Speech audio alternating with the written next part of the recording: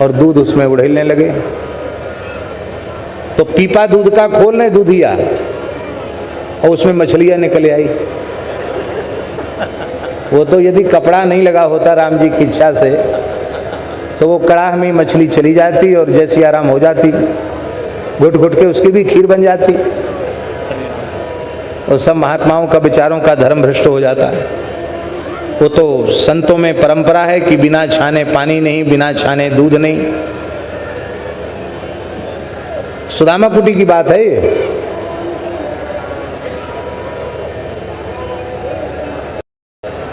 फिर बड़ा हल्ला गुल्ला मचा। दूधिया ने कहा रे बाबा, नौका में ते बीच जमुना जी में ते जल भरो, को दूसरी चीज ना है बाबा, जमुना जी को पानी है, बहुत अच्छा पानी है, मछली आएगी मैं कहा करूं।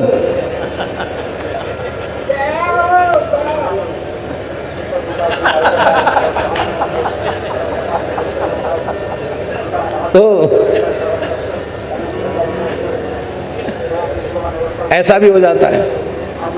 और दूध और पानी मिलकर एक हो जाते हैं और जब उबलते हैं दोनों, अग्नि पर उसको रखो तो पानी और दूध की इतनी मित्रता है कि पानी दूध को नहीं जलने देता, स्वयं जलता है, दूध को बचाता है।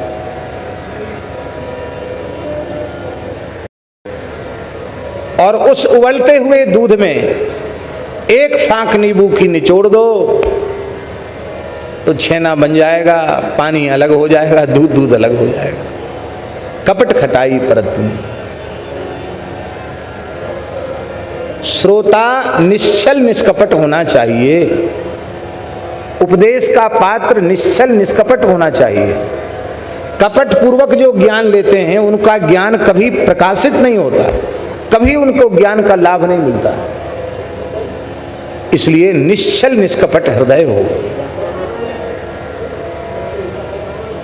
गुरुजनों के निकट रहकर कभी उनसे छल कपट ना करें, अपना हृदय खोलकर उनके चरणों में रख दे। भले ही साधन कुछ कमजोर है, कोई चिंता की बात नहीं, पर एकदम सच्चाई पूर्ण व्यवहार है, निश्चल निष्कपट व्यवहार है, तो फिर साधक के कल्याण में संदेह नहीं है। संत की, भक्त की, वैष्णव की, साधु की परिभाषा क्या है?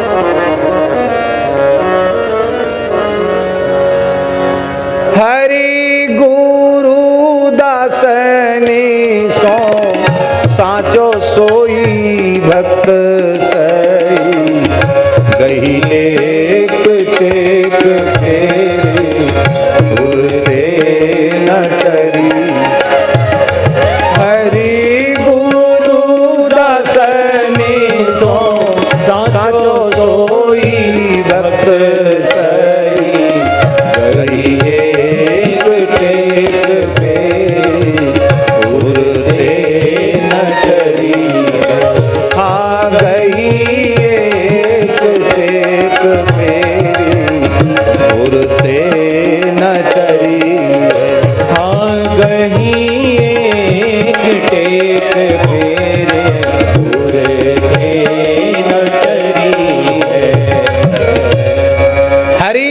दासनी सो सांचो।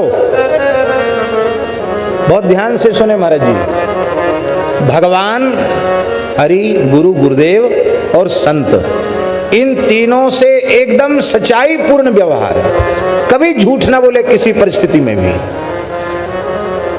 हरि गुरु दासनी सो सांचो, हरि से सच्चा, गुरु से सच्चा, संतों से सच्चा व्यवहार।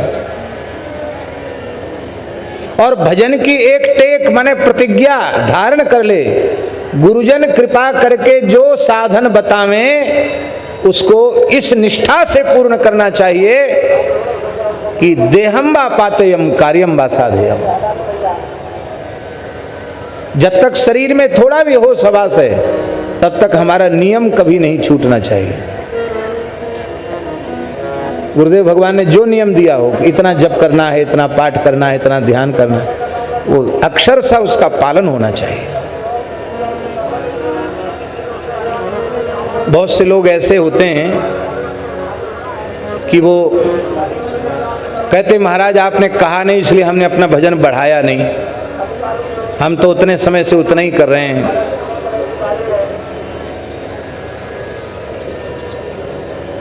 बहुत अच्छी बात है आपने भजन नहीं बढ़ाया, पर काम को बढ़ा लिया, क्रोध को बढ़ा लिया, द्वेष को बढ़ा लिया, उसको तो गुरुजी से नहीं पूछा। अपने जीवन में तमाम दोष दुर्गुणों की वृद्धि कर ली और भजन की वृद्धि में आपको गुरुजी से पूछने की जरूरत पड़ गई। अरे भाई, नियम के उपदेश का अर्थ होता है जितना बताया उतना तो करना, उससे अधिक आप जितना कर सकते हो करो, अच्छी बात है। केवल भगवत भजन के विषय में ही ये बात चरितार्थ होती है, अधिकस्य अधिकम फलम। दीक्षित जी आप यहां आ जाएं सामने।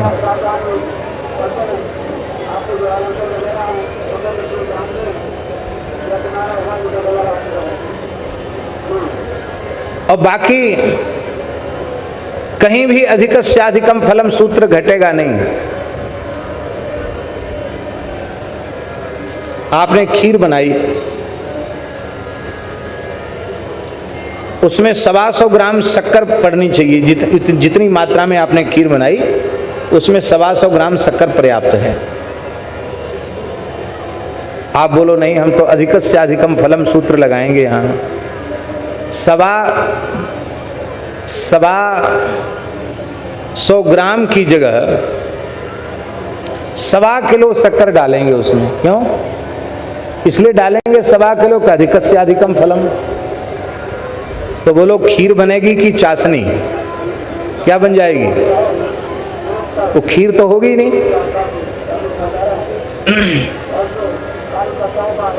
चलो शक्कर तो फिर भी महंगी आती है, नमक बहुत सस्ता है, नमक डाल दो अधिकस्य अधिकम फलम।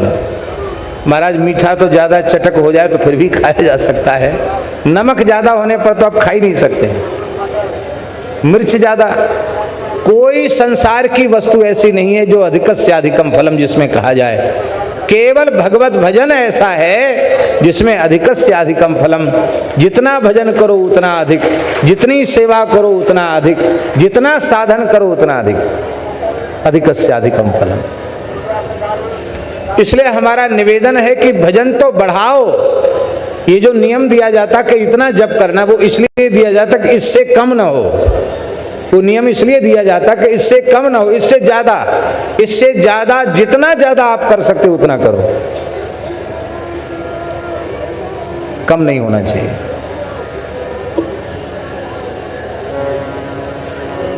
गही हरि गुरुदास निसो साचो, सोई भक्त सही गही एक टेक। भजन की टेक फेर उरते न टरी है, फिर उस टेक को त्यागे नहीं।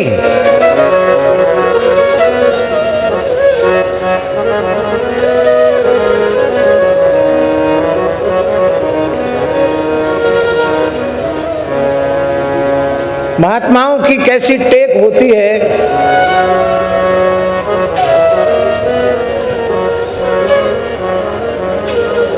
पूज्य गुरुदेव पहाड़ी बाबा महाराज के साथ नासिक कुंभ के बाद महाराष्ट्र के भ्रमण पर गए। ये जो अभी कुंभ गया है नासिक का, इसके 3 कुंभ पहले की बात है, तीसरे कुंभ का। अभी जो आएगा वो हमारा चौथा कुंभ होगा नासिक का। 3 कुंभ पहले की बात है।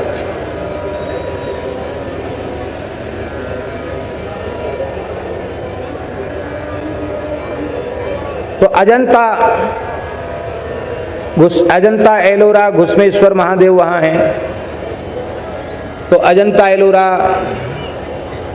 भी जाना था, पर्यटन स्थल था, और घुसमेश्वर महादेव का दर्शन करना था। तो साथ में सेवक थे, उन्होंने कहीं व्यवस्था की थी किसी होटल में। और महाराज जी अपने जीवन में कभी होटल में रुके ही नहीं। पहाड़ी बाबा महाराज बोले रात को रुकना कहाँ है? हमने कहा महाराज जी इन लोगों ने कोई होटल में व्यवस्था की है। महाराज बोले दुनिया है, इनको जाने दो होटल में, अपने लोग नहीं जाएंगे। इनको बोल दो कि हमको उतार दो कहीं भी, हम जाओ तुम लोग विश्राम करो। और बेचारे कैसे महाराज को उतार के चले जाएं? बोले महाराज जी जहाँ रहेंगे हम लोग वहीं रहेंगे। हमने कहा महाराज वो तो कहते हैं हम लोग वहाँ नहीं जाएंगे, जहाँ आप रहेंगे वहीं रहेंगे। तो महाराज जी बोले देखो कोई स्थान, तो कस्बा जैसा था, अजंता कस्बा था, एक गांव जैसा। तो वहाँ एक मंदिर था, राम मंदिर। हमने पता लगाया, पता चला राम मंदिर है। तो राम मंदिर में बात कर ली। पहले तो पुजारी ने मना कर दिया, गृहस्थी पुजारी था, साधु का स्थान होता था तो पूछने की जरूरत ही नहीं थी। पहले पुजारी ने मना कर दिया। हमने कहा महाराज वो तो मना कर रहे हैं।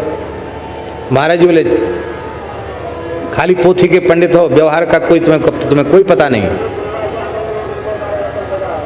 तुरंत 500 रुपये, वो तीसरे कुंभ की बात है, तुरंत महाराज जी ने झोली से 500 रुपये निकाले, बोले जाओ भेंट कर आओ। हमने कि मंदिर तो बंद है, हनुमान जी तो खुले, बोले भेंट कर आओ, पुजारी को भेंट कर आओ।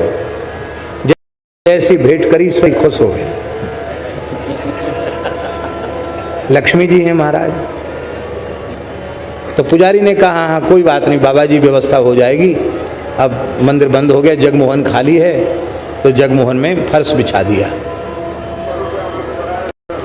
ये रात्रि को लगभग 11 बज गया होगा, बरसात का समय था, पानी बरस रहा था। और उधर ठंड भी पड़ती है, पर्वतीय क्षेत्र है ना अजंता एलोरा, तो वहाँ थोड़ा पानी बरसने पर ठंडी हवा भी खूब चलने लग जाती है। अब वहाँ ज़्यादा लोग संग में नहीं थे, साधु स्वरूप में महाराज जी और दास ही था, और बाकी कुछ 10-5 गृहस्थी भगत थे। तो बड़े हॉल में एक किनारे पे उन लोगों को और एक कोने में हमने महाराज जी का आसन लगा दिया, और चरणों की तरफ हमने अपनी कमरिया बिछा ली। महाराज जी पधारे, बोले अपने पूरे साधु जीवन में हम गृहस्थियों के बीच में नहीं सोए, अब तुम बुढ़ापे में हमारा नियम खराब कर रहे हो। मैं नहीं सोऊंगा, यहाँ विश्राम नहीं कर सकता। वो तो महात्मा थे, बोले ये सब गृहस्थी हैं, दिन भर कचरम कट खाया है, यहाँ खाया वहाँ खाया, रात भर अपान वायु छोड़ेंगे, और यहाँ साधु भजन करेंगे कि अपान वायु सूंघेंगे उनकी। नहीं बैठ दुनिया, यहाँ बिठा दिया।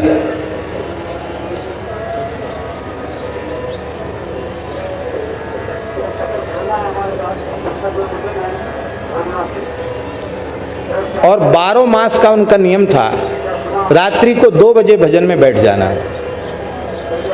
तो बोले 12 तो बज रहा है, 2 बजे हमको बैठना है, उठो यहाँ से। उठ गए महाराज जी।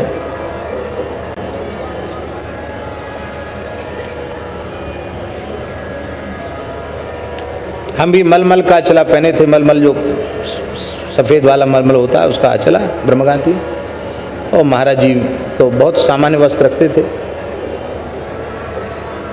उसी परिसर में शंकर जी का मंदिर था, मढ़ी थी शंकर जी की, उसके छज्जे के पास जिसमें आधा पानी ऊपर गिर रहा था, महाराज जी वहीं ध्यान में बैठ गए, और पूरी रात भीजते हुए हमने बिताई वहाँ। महाराज जी को उठने का समय हुआ तो तुरंत गाड़ी में बैठे चल पड़े। हम देखते ही रह गए। छोटी अवस्था थी, जैसी इन संत की अवस्था है ऐसी अवस्था रही होगी। ये देखा हमने कि महापुरुष अपने जीवन में किसी भी परिस्थिति में अपने नियम से समझौता करते, अपनी रहनी से समझौता नहीं।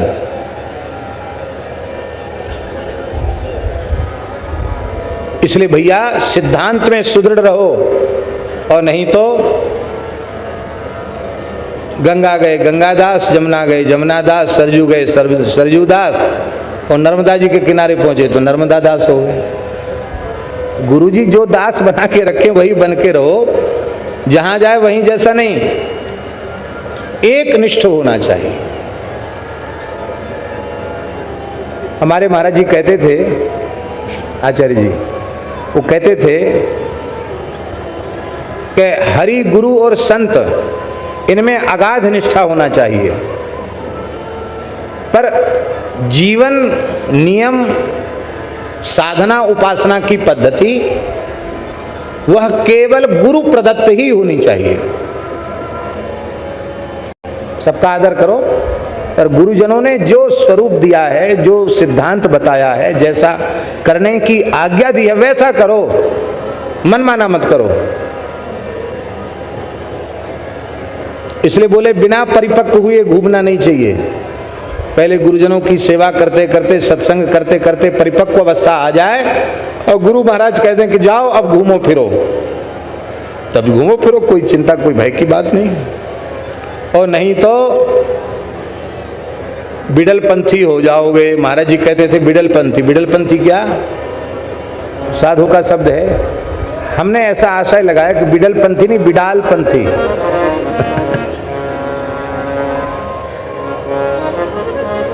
एक भोला भाला साधु था,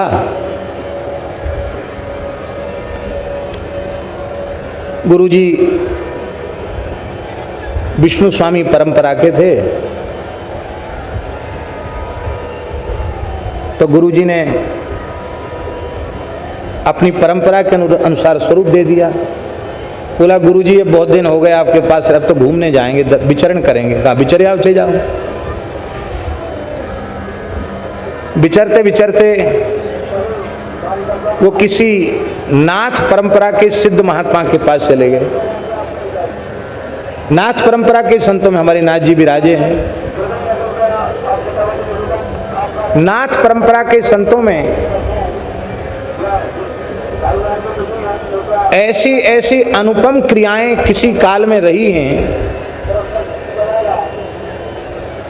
अब हठयोग में बजरौली, अमरौली, सहजौली, ये सब जो क्रियाएं हैं जिनको केवल नाम ही सुना जाता है, किसी काल में बजरौली आदि क्रियाओं के माध्यम से नाथ परंपरा में ऐसे महान सिद्ध योगी रहे हैं जिन्होंने अमरत्व तक को प्राप्त किया, अमर हो गए।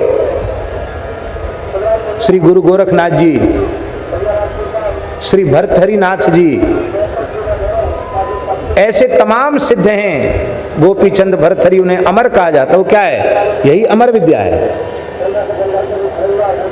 जब बिंदु का महाबिंदु के साथ मेल हो जाता है तो अमरत्व की प्राप्ति हो जाती है। सहस्रार की कर्णिका में स्थित जो महाबिंदु है, उस महाबिंदु से जब बिंदु का मिलन होता है और योगी ऊर्ध्वरेता ब्रह्मचारी हो जाता है, और ऊर्ध्वरेता होने के साथ ही जब वह बिंदु का महाबिंदु से मिलन होता है तो अमरत्व की प्राप्ति हो जाती है।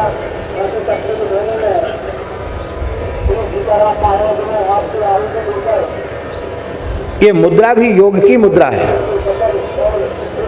ये केवल श्रृंगार नहीं है। तो महात्मा तो बेचारा भोला भाला था, तो बोले महाराज हम तो कुछ योग जानते नहीं हैं। बोले देखो ऐसा है कि कुछ दिन यहाँ साधन करो, कान में मुद्रा धारण कर लो, जल्दी योग सिद्धि हो जाएगी। उन्होंने कहा चलो कोई बात नहीं महाराज। तो वो महात्मा बोला कि देखो तिलक तो हमारे गुरुजी ने जो दिया वही हम लगाएंगे, विष्णु स्वामी परंपरा का, पर कान में आप मुद्रा डालते तो डाल दो, कोई बात नहीं। मुद्रा डाल ली। कुछ दिन वहां भी रहा। वहां रहने के बाद वहां से गए तो एक जगजीवन स्वामी का संप्रदाय उधर बिहार तरफ चलता है, हाथ में गंडा पहनते हैं, श्याम श्री लगाते हैं, यो योग मत है। वहां पहुंचे तो उन्होंने कहा अरे भाई गंडा बांधो तब आगे बढ़ोगे साधना में। तो वहां से गंडा बांध लिया। आगे घूमते फिरते फिरते एक मुसलमान फकीर मिल गया। उस फकीर के पास तमाम सिद्धियां थीं, उसने भी कुछ बता दिया। बोले भाई देखो सिद्धि तो बिना सुन्नत के होगी नहीं, सुन्नत तो करानी पड़ेगी। बोले जब इतना हो गया तो इतना भी कर लो, क्या हानि, जैसी भगवान की इच्छा। अब वो विचित्र वेशभूषा धारण करके आया, गुरु जी को दंडोत किया। ये कथाएं मंच से सुनाने योग्य नहीं है, पर ये सब संत बैठे हैं।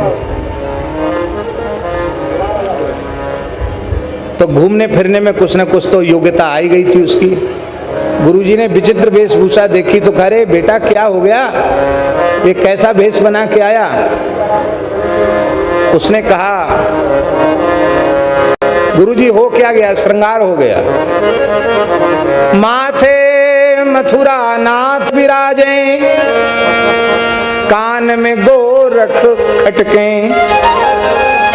हाथ में है जगजीवन स्वामी और मुहम्मद लटके।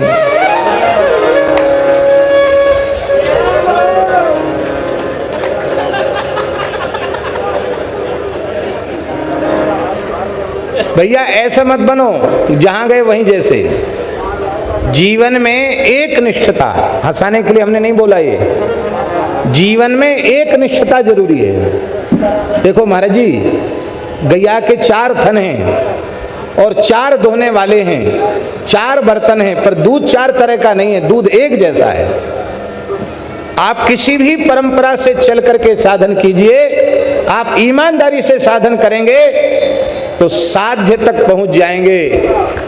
क्योंकि त्रयी सांख्यम योगा पशुपति मतम वैष्णवमिति, प्रभिन्ने प्रस्थाने परमिदमदापत्यमिति च, रुचीनां वैचित्र्यात्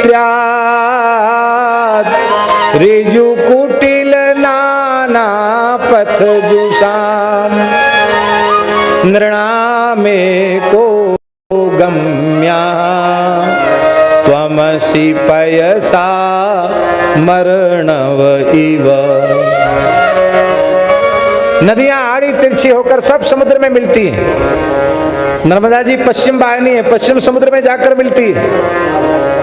गंगा जी पूर्व समुद्र में जाकर मिलती है। जाना सबको समुद्र में ही है,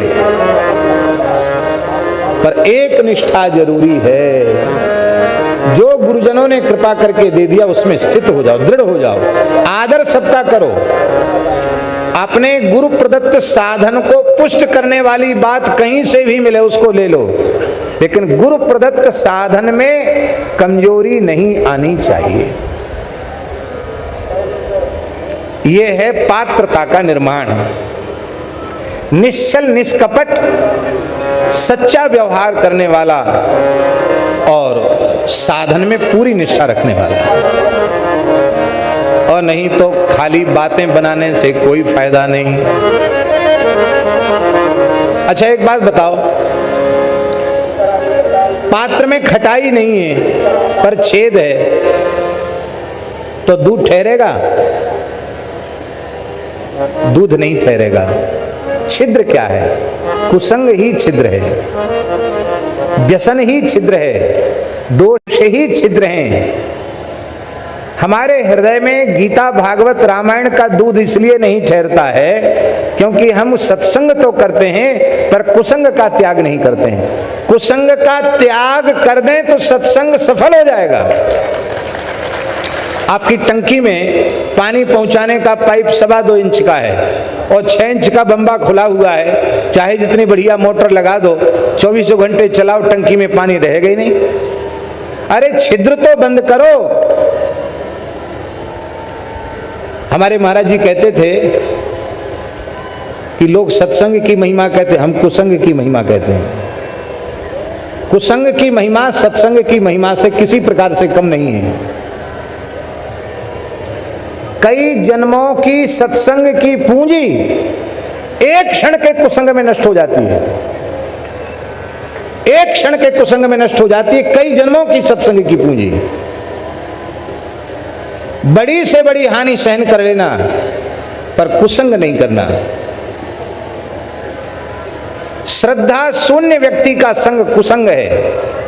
वेदादि शास्त्रों के प्रति जिसकी श्रद्धा नहीं, गौ ब्राह्मण संतों के प्रति जिसकी श्रद्धा नहीं, गुरुजनों के प्रति जिसकी समर्पित श्रद्धा नहीं, ऐसे व्यक्ति का, श्रद्धा शून्य व्यक्ति का संग ही कुसंग है।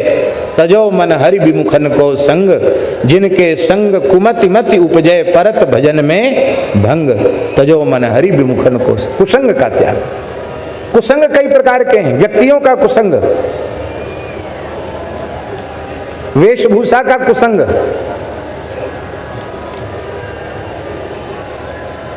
वेशभूषा का भी कुसंग होता है, वेशभूषा का भी कुसंग होता है। हम लोगों की जो वेशभूषा है, इस वेशभूषा में हम सिनेमा घर में जाके सिनेमा नहीं देख सकते। क्यों नहीं देख सकते?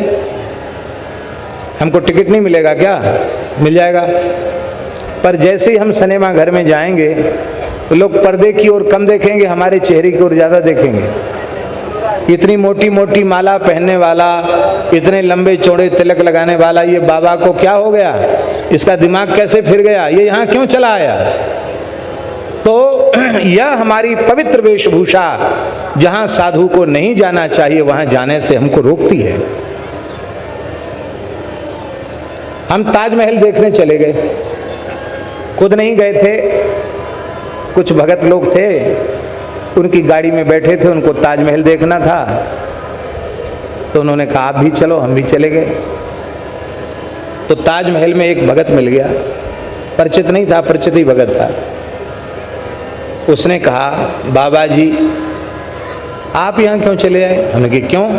दुनिया के 7 आश्चर्य हैं, उसमें एक ही आश्चर्य है, तो हम भी देख के चले आए। अरे बोले आप साधु हो गए, आपको आश्चर्य देखने का क्या प्रयोजन है? हैं? एक आशिक ने विषयी जीव ने अपनी बेगम मुमताज बेगम की यादगार में उसका मकबरा बनाया। मकबरा है, वहां उसके शरीर को दफनाया गया है। आप वहां क्यों आए? कहाँ रहते हो बाबा? वृंदावन में। अरे वृंदावन में तो एक से एक मंदिर है, वहां आपका पेट नहीं भरा? ऐसे बोला, वहां पेट नहीं भरा, यहां देखने चले आए ताजमहल। हमसे उत्तर देते नहीं बना।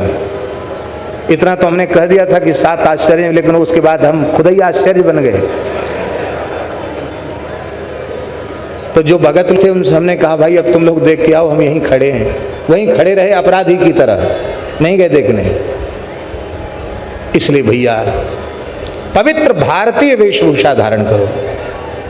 ये भारतीय वेशभूषा भी हमें कुमार्ग में जाने से रोकती है। ये वेशभूषा का सत्संग है।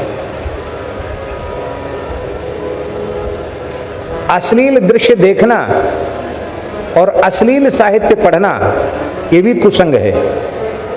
ये दर्शन का और पठन पाठन का कुसंग है, उसको त्यागो। आहार का कुसंग, जो वस्तु भगवान को भोग नहीं लग सकती है उस वस्तु को आहार के रूप में ग्रहण करना, ये आहार का कुसंग है। विचारों का कुसंग, वेशभूषा हमारी बहुत अच्छी है पर हमारे मन में बड़े हल्के विचार उठ रहे हैं, ये विचारों का कुसंग है। ये सारे कुसंग त्यागेंगे तभी भगवान की ओर बढ़ेंगे।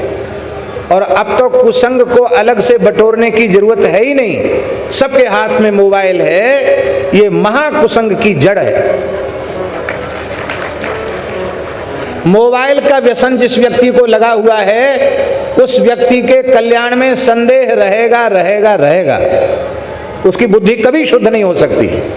ये महान जहर है।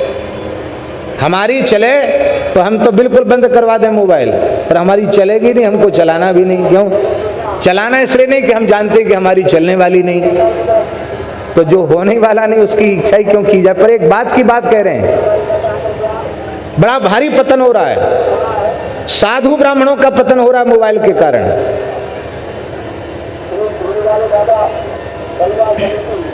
हम बहुत शांति में, हमारे पास मोबाइल नहीं है, काम तो चलता है। काम यही है, आपने कोई सूचना दी, सूचना हमारे तक आ गई, ये काम चल गया। लेकिन मोबाइल नहीं रखते तो उस प्रपंच से बचे हुए हैं। हाथ में सुमरनी से शोभा है, माला झोली से शोभा है, और माला झोली सुमरनी तो गायब हो गई, महंगे महंगे मोबाइल हाथ में आ गए। इसमें हमारी शोभा नहीं है, ये हमारे स्वरूपान रूप नहीं है।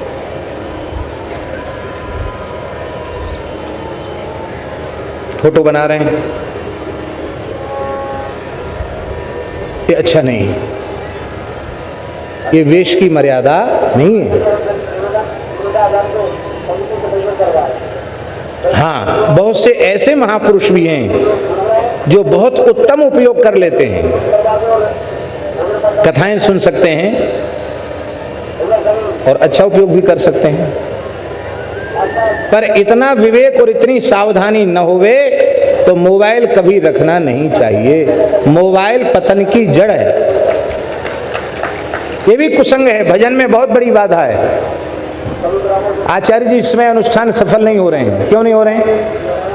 महामृत्युंजय मंत्र का जप चल रहा है मरणासन आदमी के लिए और मोबाइल की घंटी बजी, हेलो हेलो हेलो, कहां से सफल होगा?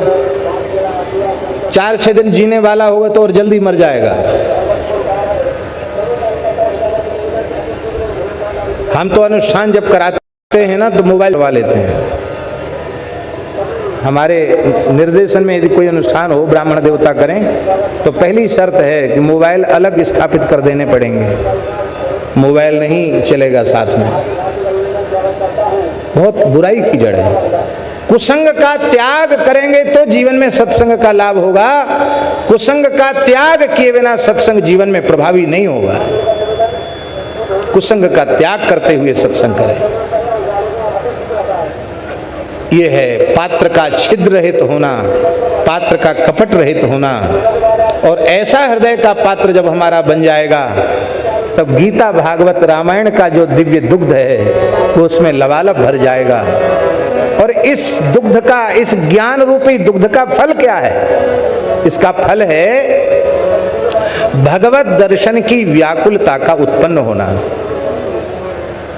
जब भगवत दर्शन की व्याकुलता जगेगी तो उस दूध में उबाल आएगी विरहाग्नि से। जब हृदय रूपी पात्र में विरह की अग्नि लगेगी तो ज्ञान रूपी दुग्ध उबलने लग जाएगा। और कैसी स्थिति होगी? एक मलुकदासी का पद, आहा,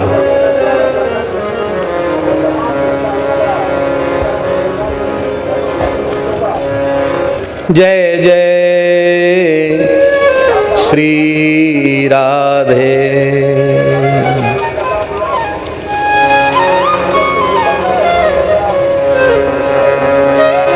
माई, मलुकदासी का पद है, माई मुझे विरह सतावे, माई मोई विरह सतावे, अरे छीन नींद ना आवे,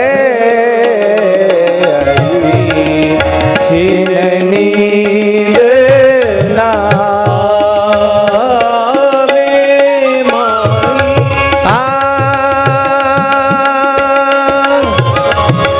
माई मुझे विरह सतावे, अरे छीन नींद न आवे, हाँ माई मोही विरह सतावे, अरे छीन नींद न आवे,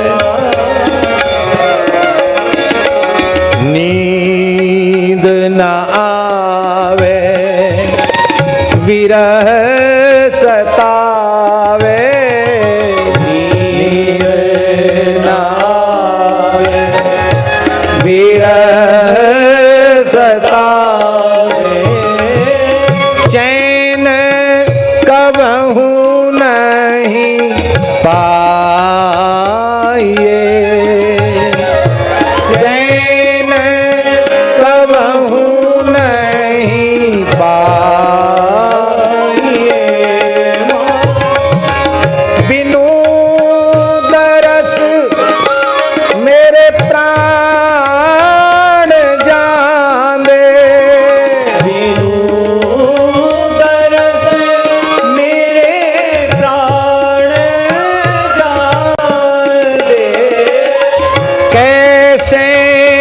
मन समुझाइए,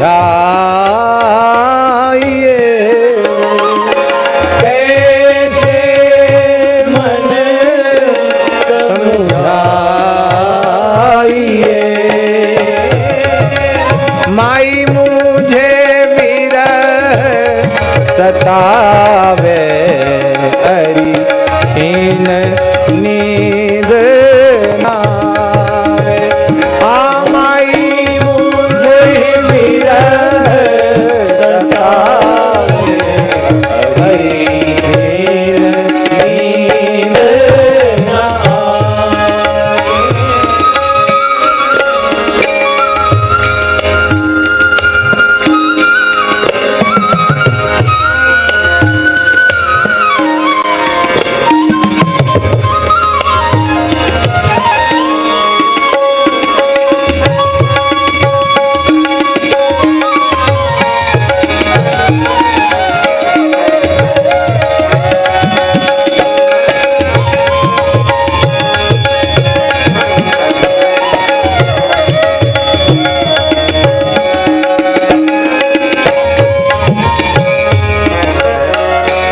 द्वार जात बिराऊं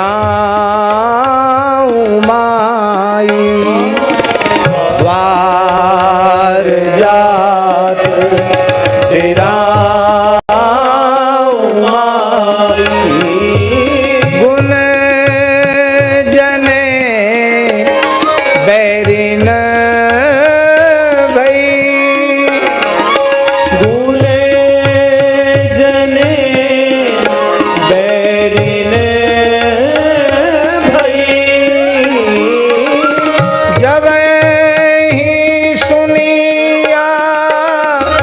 जात मोहन, जब सुनिया जात मोहन। सासु सो कहने गई, सासु सो कहने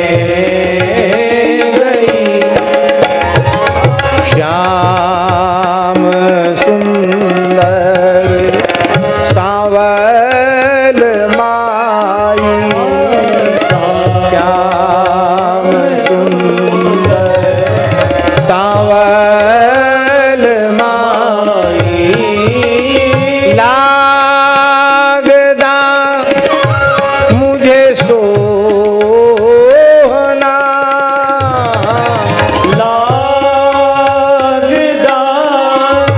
मुझे सोहना। कहे मलूका आई मिलिया, कहे मलूका आई मिलिया। आप ते मन मोना, आप ते मन मोना। माई मुझे विरह सतावे, हरि छीन नींद नावे। माई मुझे विरह सतावे, हरि छीन नींद नावे, हरि छीन नींद नावे। श्री मलुकदास जी के जीवन चरित्र में प्रामाणिक रूप से ये पढ़ने को मिलता है। इतना तीव्र विरह था श्री मलुकदास जी को कि उनके शरीर के विरह के ताप को दूर करने के लिए कपूर युक्त मलयागिरी चंदन का पूरे शरीर पर मोटा लेप चढ़ाया जाता था। पूरे शरीर पर कपूर युक्त चंदन का लेप चढ़ाया जाता था, जो 2 घड़ी के भीतर एक मुहूर्त में जल करके राख की ढेरी के रूप में परिवर्तित भस्म हो जाता था। विरह के ताप से वो चंदन का मोटी परत, चंदन की परत, वो 2 घड़ी के भीतर जल करके खाक हो जाती थी। यह है सच्चा विभूति धारण। चंदन भी विभूति बन गया।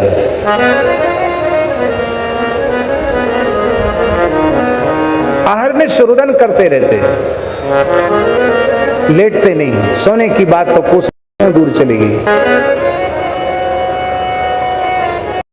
यह है ज्ञान का फल, भजन का फल यही है, सत्संग का फल यही है।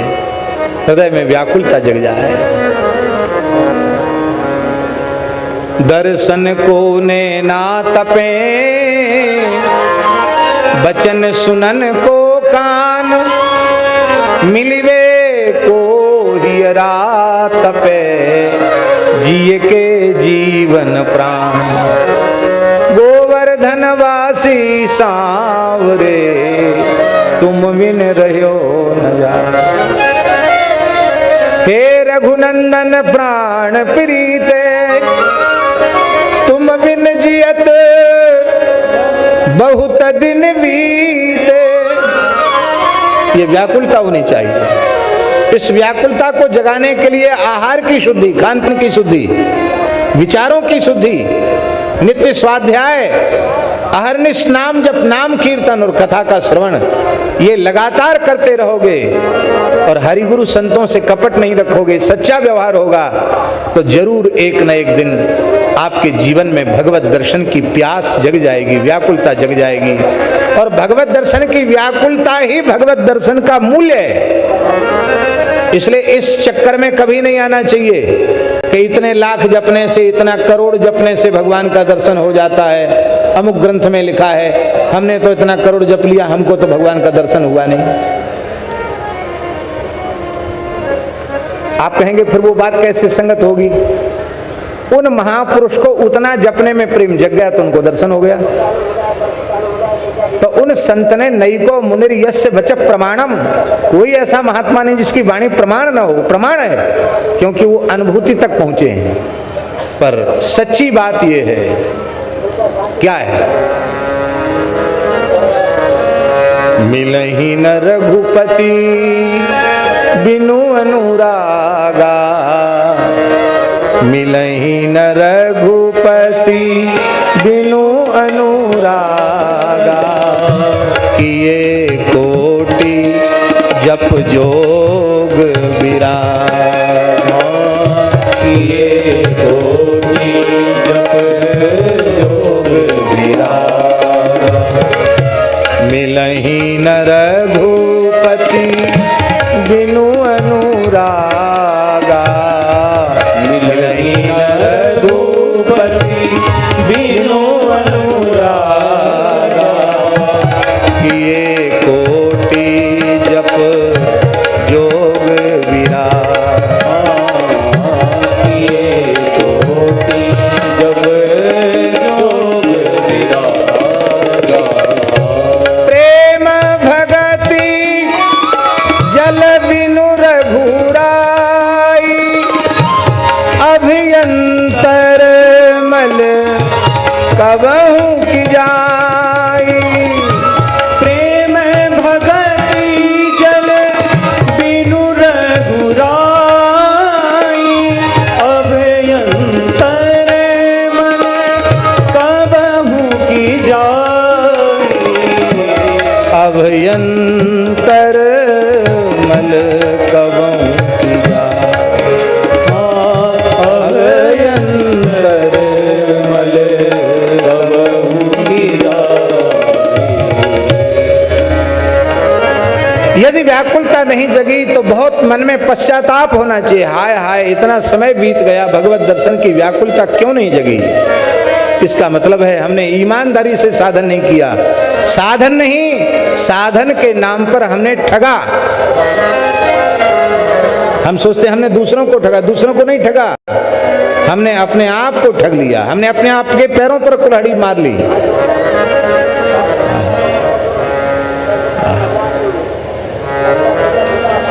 भगवत दर्शन की चाह नहीं जगी तो हमारे जीवन की अब तक की उपलब्धियों का क्या अर्थ है? कोई अर्थ नहीं।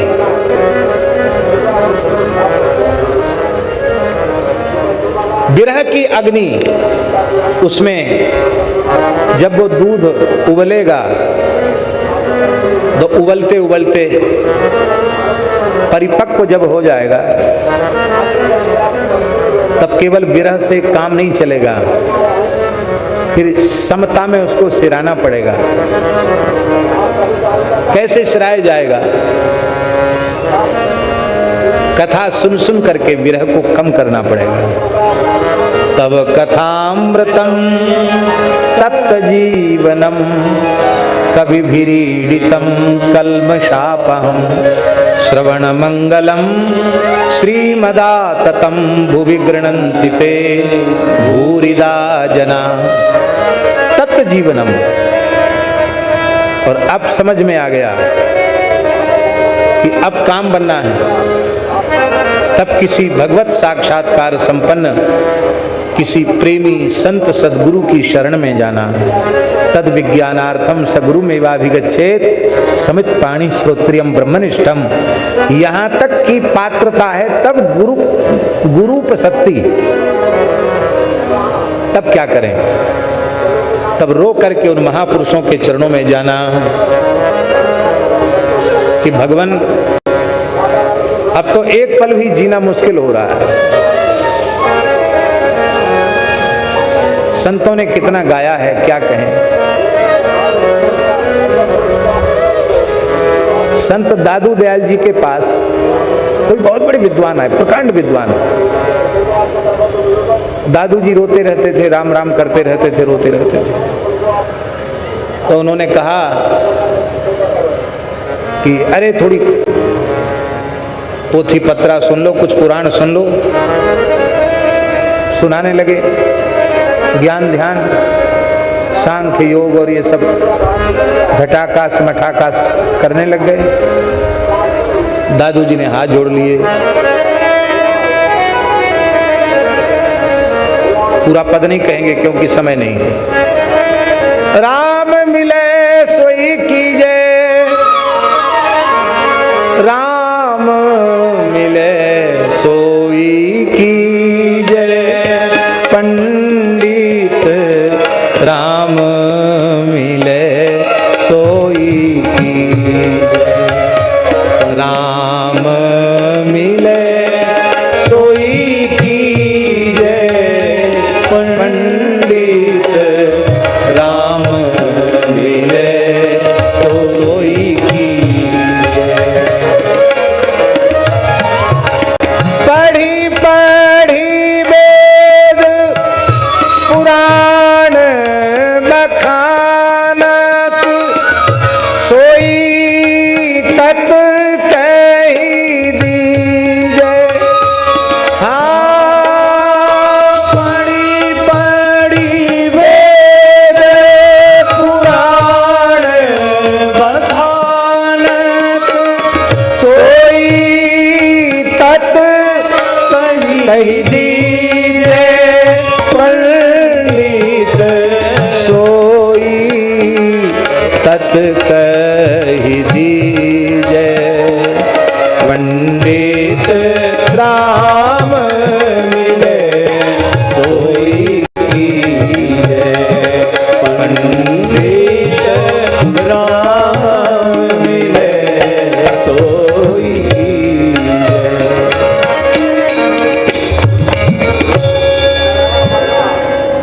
और ऐसी व्याकुलता जब जगती है, बहुत जल्दी काम बनता है, बहुत जल्दी काम बनता है। अब देखो दूध औट गया और थोड़ा जो उसकी गर्मी थी थोड़ी कम हो गई। एकदम गर्म दूध में जामन नहीं दिया जाता है, हल्का उसाया सा जब होता है, न गर्म न ठंडा, तब उसमें जामन डाला जाता है। जामन कितना होता है? थोड़ा होता है। ये जामन क्या है? श्री राम तारक मंत्र है? श्री राम तारक मंत्र, श्री द्वादशाक्षर मंत्र, श्री गोपाल मंत्र, ये वैष्णव मंत्र ही जामन है। सदगुरु ने मंत्रोपदेश कर दिया, भगवान नाम सुना दिया, नाम का जामन डाल दिया। अब बस नाम में समर्पित हो गए तो वो जम जाएगा, दही हो जाएगा। और जब दही हो गया तो विचारों की मथानी उसमें डालना है, और केवल मथानी डालने से दही से मक्खन नहीं निकलेगा, उसमें जल भी छोड़ना पड़ेगा। जल क्या है? प्रेम जल। प्रेम भगति जल बिन रघुराई, प्रेम का जल उसमें छोड़ करके विचारों की मथानी से जब आप मथेंगे तब क्या होगा?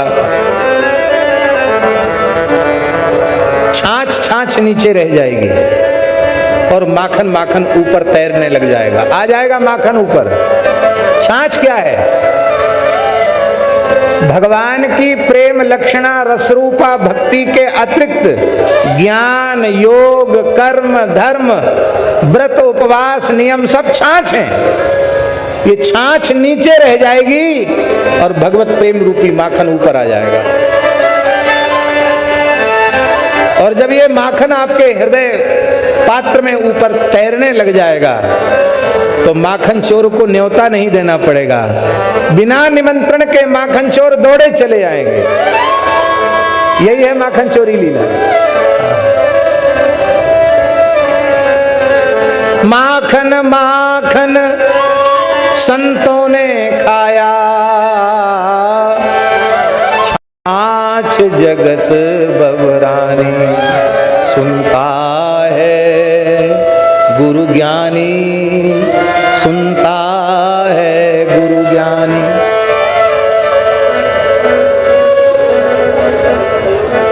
कबीर जी के शब्दों में, मीरा जी के शब्दों में, दही की मथनिया बड़े प्रेम से बिलोई, दधी मथी घृत काढ़ लीनो, छाछ पिए कोई। मेरे तो गिरधर गोपाल दूसरो न कोई, छाछ पिए कोई। संतों ने कहा ये छाछ है। सूरदासी के शब्दों में, खट्टी छाछ मोहि नहीं भावे, सूर पिबैया घी को। ये खट्टी छाछ हमको अच्छी नहीं लगती, ये है विशुद्ध भगवत प्रेम। क्या करना।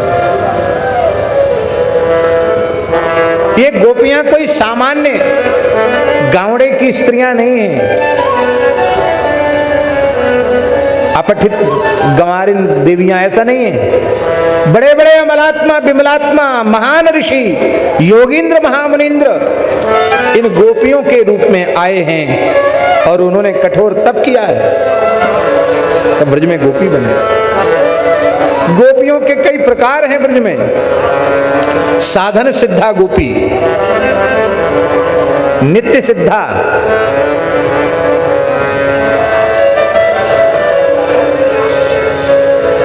वेद की ऋचाएं, दंडकारण्य के ऋषि, अनेक प्रकार की गोपियों के यूथ हैं। पद्म पुराण में ऐसी अनेक गोपियों का वर्णन है। एक उग्रतपा नाम के ऋषि थे, अग्निहोत्री थे, बड़े दृढ़व्रती थे। उनकी तपस्या बड़ी अनुपम थी, अद्भुत थी। पंचदशाक्षर कृष्ण मंत्र का उन्होंने जप किया और रासोन्मत्त नव किशोर श्री कृष्ण का ध्यान किया और इस प्रकार की साधना 100 कल्पों तक की। कितने कल्पों तक? 100 कल्प, मैंने एक ब्रह्मा जी की आयु तक उन्होंने साधन किया। तब वे सुनंद नाम के गोप की कन्या सुनंदा नाम की गोपी के रूप में उत्पन्न हुए, जिनके घर में भगवान ने माखन चोरी की। ऐसी वैसी नहीं है माखन चोरी लीला के तुम्हारे यहाँ चले जाएं, हमारे यहाँ चले जाएं में भगवान। सत्यतपा नाम के ऋषि थे, सूखे पत्ते चबा करके दशाक्षर मंत्र का जप करते हुए राधा रानी के साथ नृत्य करते हुए श्री कृष्ण का ध्यान किया। 10 कल्प के बाद सुभद्र नाम के गोप के घर में सुभद्रा नाम की गोपी के रूप में वे प्रकट भये, जिनके यहां भगवान ने माखन चोरी की। सत्यतपा नाम के हरिधामा नाम के एक ऋषि थे, उन्होंने क्लीम काम बीज से युक्त विंशाक्षरी कृष्ण मंत्र का जप किया। माधवी लता मंडप में लेटे हुए शैया पर लेटे हुए शैया विहारी राधा कृष्ण का ध्यान किया। 3 कल्प तक ये साधन उन्होंने किया। 3 कल्प के बाद वह सारंग नाम के गोप के घर में रंगवेणी नाम की गोपी के रूप में प्रकट हुए, जिनके घर में भगवान ने माखन चोरी की। एक जावाली नाम के ऋषि थे, जिनके नाम से जबलपुर है? ऐसा बोलते हैं कि नहीं? जावाली ऋषि के नाम से जबलपुर है।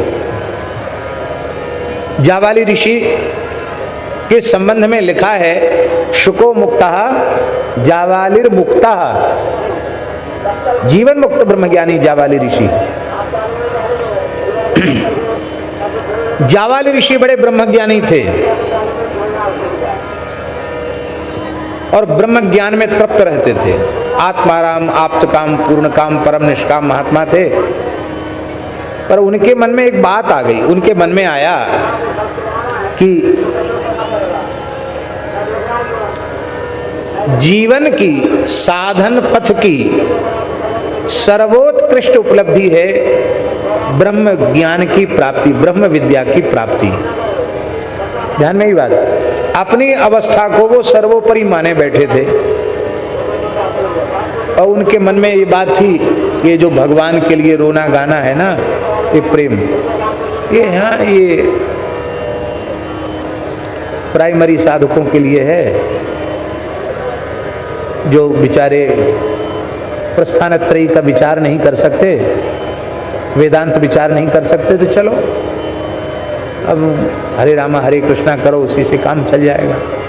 अब मेरी जो अवस्था है वही सर्वोच्च अवस्था है। ठाकुर जी को दया आ गई, इतना महान ऋषि और मेरे प्रेम की महिमा को नहीं पहचान पाया। तो ठाकुर जी ने लीला की। एक बार जावाली ऋषि विचरते विचरते सुमेरु पर्वत की उपत्यका में पहुंचे। तो उन्होंने क्या देखा कि एक सुभद्र वेदी पर एक तपस्विनी विराजमान है। बड़ा अद्भुत सौंदर्य है, लावण्य है उस तपस्विनी का, और उसकी अंग कांति से पूरा वन उद्भासित हो रहा है, चमक रहा है। जावाली ऋषि ने विचार किया, ये कोई सामान्य देवी नहीं है, चलें पूछें इसका परिचय। कहा, देवी आपका परिचय? उस देवी ने कहा, ब्रह्म विद्या मतुला योगींद्रैर्मृग्यते चया साहं हरिपदाम्भोज काम्यया सुचिरं तपः ब्रह्मानंदेन पूर्णाहं तेनानंदेन तृप्तधी चराम्यस्मिन् बने घोरे ध्यायन्ति पुरुषोत्तमम् तथापि शून्यमात्मानं मन्ये कृष्णरतिं विना। बड़े सरल श्लोक हैं, आपकी समझ में आ गए होंगे। हे जावाली ऋषि, में साक्षात ब्रह्म विद्या हूं।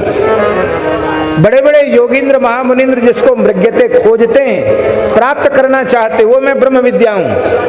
आप ब्रह्म विद्या हैं तो तपस्या क्यों कर रही हैं? बोले भगवान के चरण कमलों की प्राप्ति के लिए मैं कठोर तप कर रही हूं। आपको भी सगुण साकार भगवान की प्राप्ति की जरूरत पड़ गई तो ब्रह्म विद्या ने कहा, ब्रह्मा नंदेन पूर्णाहम, मैं ब्रह्मानंद से पूर्ण हूं। तेनानंदेन तृप्तधी, उस आनंद से मेरी बुद्धि भी तृप्त है। बुद्धि में भी कोई विचिकित्सा नहीं है, कोई उथल पुथल नहीं है। इस घोर वन में पुरुषोत्तम लीला पुरुषोत्तम श्री कृष्ण का ध्यान करते हुए तप कर रही हूं। क्यों? क्योंकि मैं भले ही ब्रह्म विद्या हूं, ब्रह्मानंद से परिपूर्णा हूं, लेकिन तथापि शून्यमात्मानम मन्ये कृष्ण रतिम बिना, कृष्ण प्रेम के बिना मैं अपने आप को सूना अनुभव कर रही हूं। हमको ज्ञात है कि भगवान का ब्रज में अवतार होगा, तो मैं भी गोपी बन जाऊं तो कृष्ण प्रेम मुझे सहज मिल जाएगा। तो गोपी बनने की इच्छा से तप कर रही हूं। जाबाली ऋषि का जो ज्ञान गुमान था उड़ गया। बोले अब हमको भी दीक्षा दे दो, हम भी गोपी बनना चाहते हैं। बोलो भक्तवत्सल भगवान की जय। जबलपुर वाले शास्त्री जी बैठे हैं। अब जाबाली ऋषि की गोपी बनने वाली कथा व्यास जी लिख रहे हैं पद्म पुराण में। जाबाली ऋषि ने ब्रह्म विद्या से कृष्ण मंत्र की दीक्षा प्राप्त की और एक पैर से खड़े होकर के कठोर तपस्या की। 9 कल्प तक तपस्या की जाबाली ऋषि ने। 9 कल्पों के बाद प्रचंड नाम के गोप के घर में चित्रगंधा नाम की गोपी के रूप में जाबाली ऋषि का जन्म हुआ, जिसके घर में भगवान ने माखन चोरी लीला की। कुशध्वज नाम के ब्रह्मर्षि के पुत्र शुचिश्रवा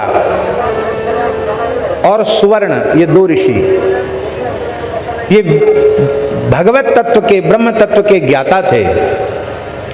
उन्होंने हिरिंग बीज युक्त कृष्ण मंत्र का जप किया।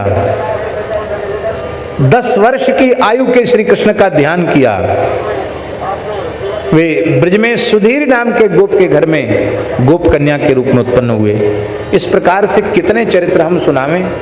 बहुत से चरित्र हैं जिनके अनुसार भगवान ब्रज में ये गोपियां प्रकट भई हैं। ये सामान्य चीज नहीं है माखन चोरी।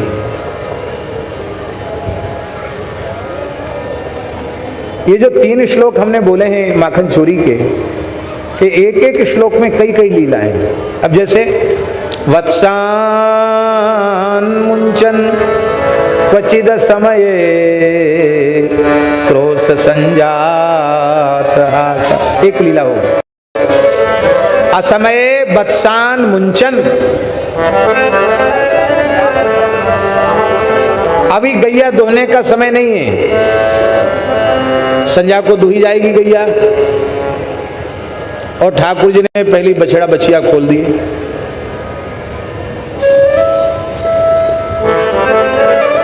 गोपी ने क्या किया? गोपी ने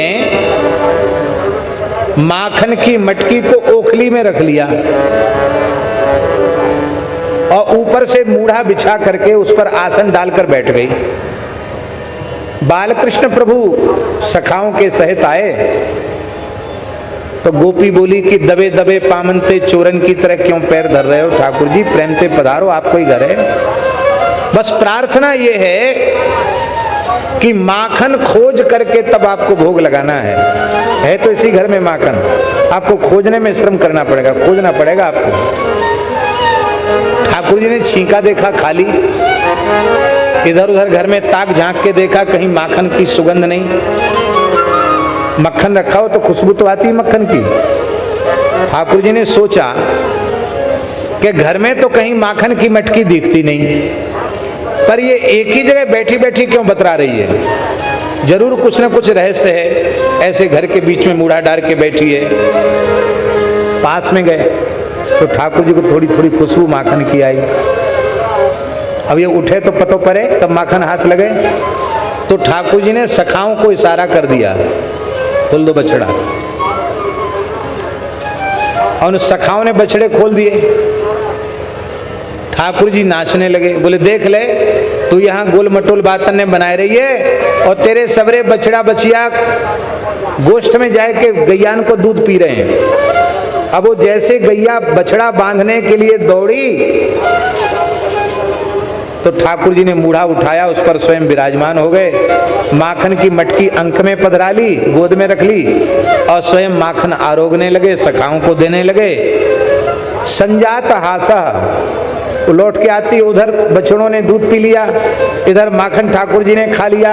इस विचित्र लीला को देखकर वो हंसने लग जाती है। ठाकुर जी कहते देख ले गोपी, जो हमते ज्यादा चतुराई खेले ना बाको नतीजो यही होए।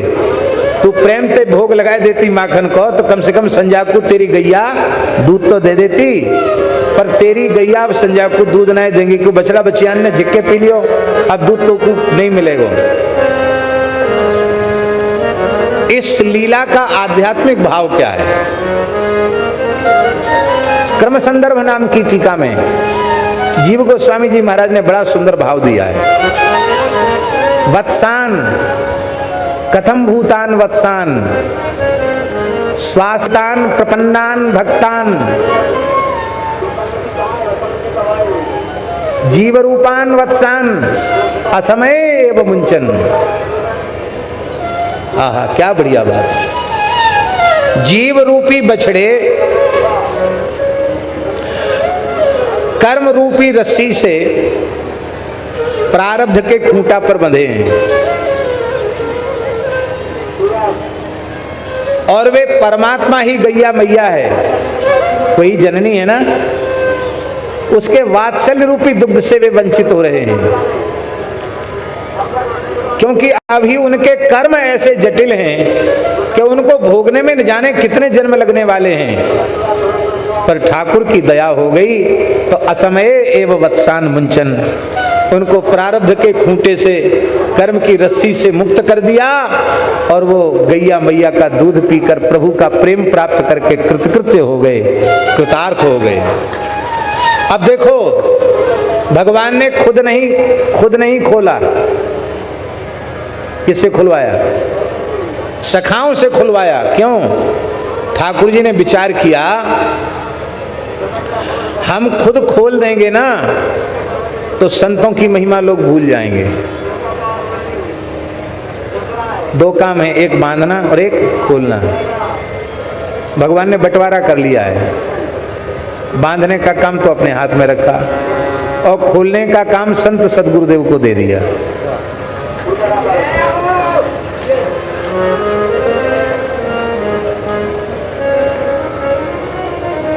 विनय पत्रिका में जय बांधे सुर असुर नाग मुनि प्रबल कर्म की डोरी, सोई अविछिन्न ब्रह्म जसुमति कर बांध्यो सकत न छोरी। सोई अविछिन्न ब्रह्म जसुमति कर बांध्यो सकत न छोरी।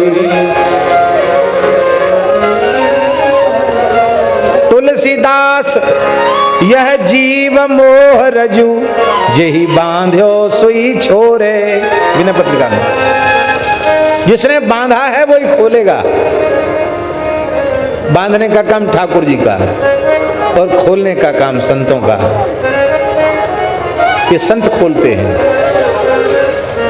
जिस जीव के ऊपर संतों की करुणा भरी पतित पावनी दृष्टि पड़ जाती है, अभी उसके कर्म बंधन कटे नहीं है, न जाने कितने जन्मों तक भोगना है, पर संत कृपा करते तो असमय में ही जीव कर्म बंधन से मुक्त हो जाता है और भगवान के चरण कमलों की प्राप्ति का अधिकारी हो जाता है।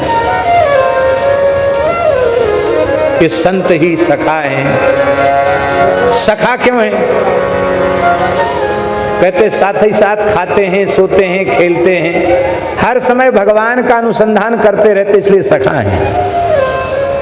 सहैव खादंती खेलंती खेलनादिकं कुर्वन्ति, ये सखा हैं। और सच्ची बात यही है। एक दोहा है, त्रेता में बानर भय, त्रेता में बानर भय, द्वापर में भय ग्वाल, कलयुग में साधु भय, तिलक छाप अरुमाल, सियावर रामचंद्र की जय। अरे भाई, पहचान ना हो तो पहचान लो, ये साधु संत महात्मा त्रेता में राम जी के बंदर भालू थे।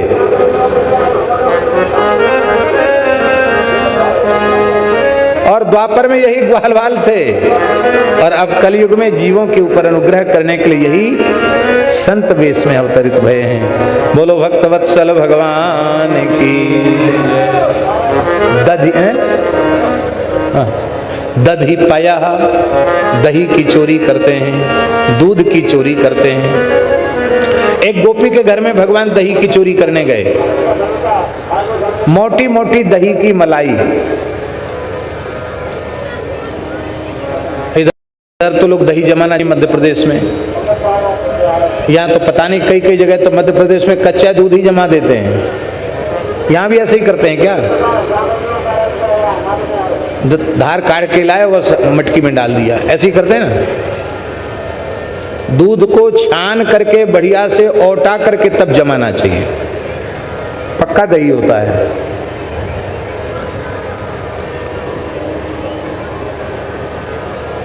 ऐसा दही होता महाराज जी।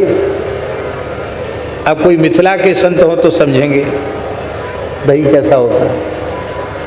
हमने मिथिला का दही पाया है, और हमको तो वृंदावन में भी मिथिला का दही पाने को मिल जाता है। तो मिथिला के कई संत हैं, वो बढ़िया मटकी में दही जमाते हैं। क्या कहना?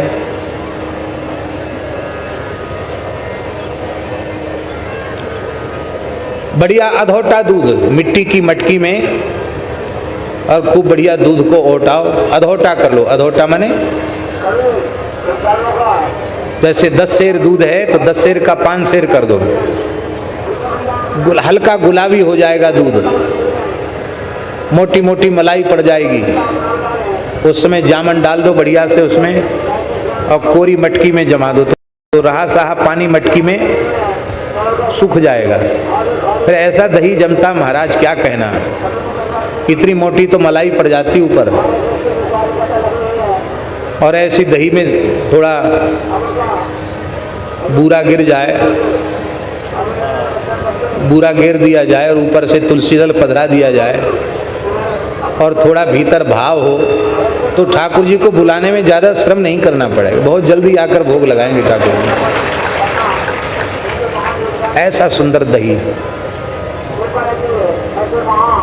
दूध तो सबको मिलता है, सूर्या के बच्चों को भी दूध मिलता है, गधैया के बच्चों को भी दूध मिलता है, बकरी के बच्चों को भी दूध, कुतिया के बच्चों को भी दूध मिलता है, पर दही केवल हम लोगों को पाने को मिलता है। दही सबको नहीं मिलता। इसलिए महाराज एक महात्मा मिले, खूब जोर की खांसी हो रही थी, कफ हो रहा था, वृद्ध महात्मा। तो हमने कहा कि महाराज फल ले लीजिए। अरे बोले बहुत जोर का जुकाम खांसी हो रहा है। संस्कृत के बड़े विद्वान थे, तो उन्होंने कहा कि संस्कृत में ही कहा कि कफ वृद्धि रस्ती हमारे अनुकूल नहीं है, नहीं लेंगे हम। तो हमने कहा दूध ले लें। मैंने काशा बाधते, खांसी उठ रही है। हमने कहा तो फल आप लेंगे नहीं, दूध लेंगे नहीं, अब तो दही है। हाँ दही लेंगे। हमने कहा महाराज दही लेंगे तो और बढ़ जाएगा। तो उन्होंने हंसते हुए कहा कि दूध तो सबको सुलभ है, दही तो मनुष्यों को ही सुलभ है।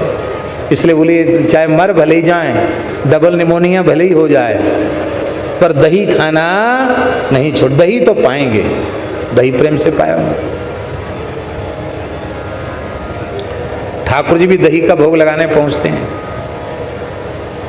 और गोपी ठाकुर जी दही आरोगे इसके लिए मिष्टी दही। मिष्टी दही जानते नहीं जानते हैं? बंगाली लोग बहुत बढ़िया मिष्टी दही बनाते हैं, मीठा दही। वो जामन देने के पहले ही दही दूध औटाते हैं ना, उसी में मिश्री मिला देते हैं और फिर उसको जमाते हैं, तो मीठा दही जमता है। क्या कहना, मिष्टी दही बंगाल की एक बहुत अच्छी मिठाई है, मिष्टी दही। तो गोपी ने मिष्टी दही ठाकुर जी के लिए जमाया और ठाकुर जी को भाव से बुलाया। तो ठाकुर जी पधारे और पीढ़ा पे विराजमान होके उस मिष्टी दही की ऊपर की मोटी मोटी मलाई ठाकुर जी उतार के पाने लगे। तब तक गोपी पीछे से आई, दबे दबे पामनते आई गोपी वो आए के ठाकुर जी का हाथ पकड़ लिया तो श्री ठाकुर जी भोरे बन गए। मैया मेरी कलाई काहे को पकड़ रही है? गोपी बोली, अरे कन्हैया तू भूल गए हो, मैं तेरी मैया नहीं हूं, मैं तो ब्रज गोपी हूं। अच्छो, मैंने तो तू अपनी मैया ही समझी और ये घर अपनों ही समझो, अपने घर के धोखे में मैं यहाँ चलो आयो। गोपी बोली, ऐसा नहीं है, ये आपका ही घर है, धोखा इसमें क्या है? मैं तो अपना सर्वस्व आपका ही मानती हूँ। ठाकुर जी यही लिए तो मैं चलो आयो कि तू अपनो माने नहीं, सब कुछ हमारो माने। ठीक है, आप आए, बड़ी कृपा की, पर यहाँ एकांत में क्या कर रहे हो? ठाकुर जी बोले, देख गोपी, तू बड़ी बूढ़ी है, आंखन ते तो कछु कमती दिखे, और तेने मिष्टी दही जमायो तो मीठे की सुगंध ते चेंटी आ गई, तो तेरे दही पे निगम चेंटी चढ़ गई, तो मैं चेंटी बीनवे के ताई यहाँ बैठो भयो हूँ। मैंने तो तेरे दही की चेंटी बीनी, समझ रहे ना आप हमारी भाषा के नहीं, चींटी बीनी। गोपी ने कहा, कहाँ है चींटी? अब का धरी है चेंटी, गई अपने अपने बिलन में चली गई। वाह जी वाह। तो चलो, चेंटी बीनने में उंगलियों के अग्रभाग में दही लगना चाहिए, और तेरे तो सबरे हाथ दही में सने भये हैं, तो क्या चेंटा बीन रहे हो भीतर हाथ डाल के? ठाकुर जी बोले, देख गोपी, बात ऐसी है कि मैया यशोदा ने जो पद्मराग मणि के कड़ूला धारण कराए हैं ना, ये सूर्य के ताप सो प्रतप्त है के, किरणन सो प्रतप्त है के, इतने उष्ण है गए कि हमारी सुकोमल कलाई में जलन परवे लग गई। काऊ अच्छे गुनी ने बताई कि दही की तासीर ठंडी होए, तो विन्यस्य निर्वापिता, विन्यस्य, ये दोनों हाथ घुसा करके वो जल रहे थे ना कंकण, उनको हमने बुझाया है, इसलिए पूरे हाथ सन गए दही में। गोपी ने कही कि तेरे मोहड़े में दही कैसे लग रहा है? चलो, हाथ में कड़ूला थे, जलन शांत करने के लिए घुसा दिया, पर तुम्हारे मुख में दही कैसे लग रहा है? ठाकुर जी बोले, देख गोपी, जब मैं चेंटी बीन रहे हो ना, तब एक चेंटी चढ़ते चढ़ते चढ़ते चढ़ते चढ़ते चढ़ते चढ़ते मेरे मोहड़े तक चली गई। अब तो भीतर घुसी जा रही, मैंने वाय जैसी हटायो तो हाथ में दही तो लगी रहे हो, हमारे होठन पे दही लग गयो। अब बता गोपी, दही जैसी अमृत वस्तु होठन पे लग जाए तो वाय चाटवे में कुछ दोष लगेगा? ऐसे से चाटने जैसी जीव से चाटा। अब गोपी ठाकुर जी की लीला को देखकर प्रसन्न हो रही है और बोले, अरे कन्हैया, तुम्हें दही खाना था तो हमसे मांग लेते, ये तुमने हमारी मिट्टी की मटकी जूठी कर दी, हमारी मटकी बिगाड़ दी। तो महाराज ठाकुर जी ने उसका आंचल खींचा, आंचल खींच करके आंचल से अपना मुंह पोंछ दिया, हाथ पोंछ दिया। तो हमारा दही खाए बच्चों नहीं लग रहा हो, ले हाथ पोंछ दी, अपना मोड़ा पोंछ दिया, हाथ पोंछ दिए। और जब महाराज जी पोंछ दिया तो गोपी भीतर से तो बड़ी प्रसन्न है कि ठाकुर जी का अधरामृत वस्त्र में लग गया, मैं तो निहाल हो गई, पर ऊपर ऊपर से कह रही, देखो हमारी लहंगा फरिया बिगाड़ दे, मैं ऐसे नहीं मानूंगी, आज तो मैया यशोदा के पास लेके जाऊंगी।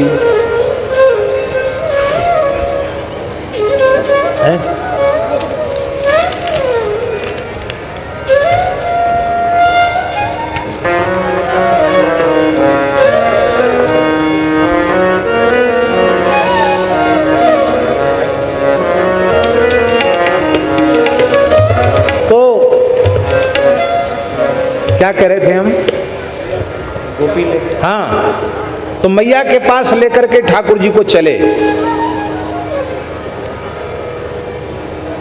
ठाकुर जी ने कहा, देख गोपी, तेरे पाम छीऊं, तेरे हाहा खाऊं, तो ते क्षमा मांग लूं, गलती है गई क्षमा कर दे। तू अपने घर को सबरो काम हम पे ते करवाए ले, पर मैया के सामने मत ले चल। क्योंकि मेरी बड़ी बेइज्जती होएगी, नाक कटेगी, तो अच्छो लगेगा। गोपी बोली चोरी करो और फिर बदनामी ते डरो, ये दो ही काम संग संग ना है सकें। मैया कहे कि तू झूठ बोल रही है, हमारे घर में 9 लाख गैया दूध देवे बारी, हमारो लाला चोरी करवे क्यों जावेगो। मैया विश्वास ना करे, यासों में मैया के जोरे ले जाऊंगी। ठाकुर जी ने देखा कि ये तो मानेगी नहीं। ठाकुर जी बोले देख तो पछताना, मेरी इच्छा के विरुद्ध तू ले जा नहीं सकती है, लज्जित होना पड़ेगा। बोले मैं भले ही पछताए लूंगी, पर आज तो ले चलूंगी। तो ठाकुर जी ने कहा देख गोपी, तेरे जेठ ससुर सबके सब बधाई में बैठे हुए हैं और तू सिंघनी की मस्तानी चाल चली जा रही है। अरे नेकात लाज शर्म तो कर, अपने बड़ेन की थोड़ी लाज तो कर, घूंघट लंबो कर ले। गोपी की समझ में आया बात तो ठीक कह रहे हैं ठाकुर जी, जेठ ससुर सब बैठे हैं। तो उसने अपनी ओढ़नी थोड़ी नीचे कर ली। अब ओढ़नी नीचे करने से इधर उधर दिखना बंद हो गया। ठाकुर जी का हाथ पकड़े है। ठाकुर जी ने उसके ही बालक को धीरे से इशारे से बुला लिया। वो ठाकुर जी के साथ ही साथ चलने लग गया। ठाकुर जी बोले देख गोपी, तेरे हाथ बड़े कर्कश हैं, गैयान की सेवा करते करते दही मत्ते मत्ते तेरे हाथ तो कठोर रह गए, और मेरी कलाई बहुत नरम है, बहुत कष्ट है रहे हो है, या कलाई है छोड़ के या कलाई है पकड़ ले। उसको भी दया आ गई कि चलो इतनी सी बात तो कह रहे हैं, तो अपना हाथ तो भगवान ने छुड़ा लिया। उसी के बालक का हाथ उसके हाथ में पकड़ा दिया, और बालक उसी के बालक का हाथ पकड़ा कर ठाकुर जी वहां से अंतर्धान और नंद महल में जाकर सो गए। सोना होना क्या था, नाटक करना था सोने का। जैसी वहां पौड़े, थोड़ी देर में ठाकुर जी रोने लगे। तो मैया बोली कन्हैया, हाँ मैया, अरे तू काय को रो रहा है।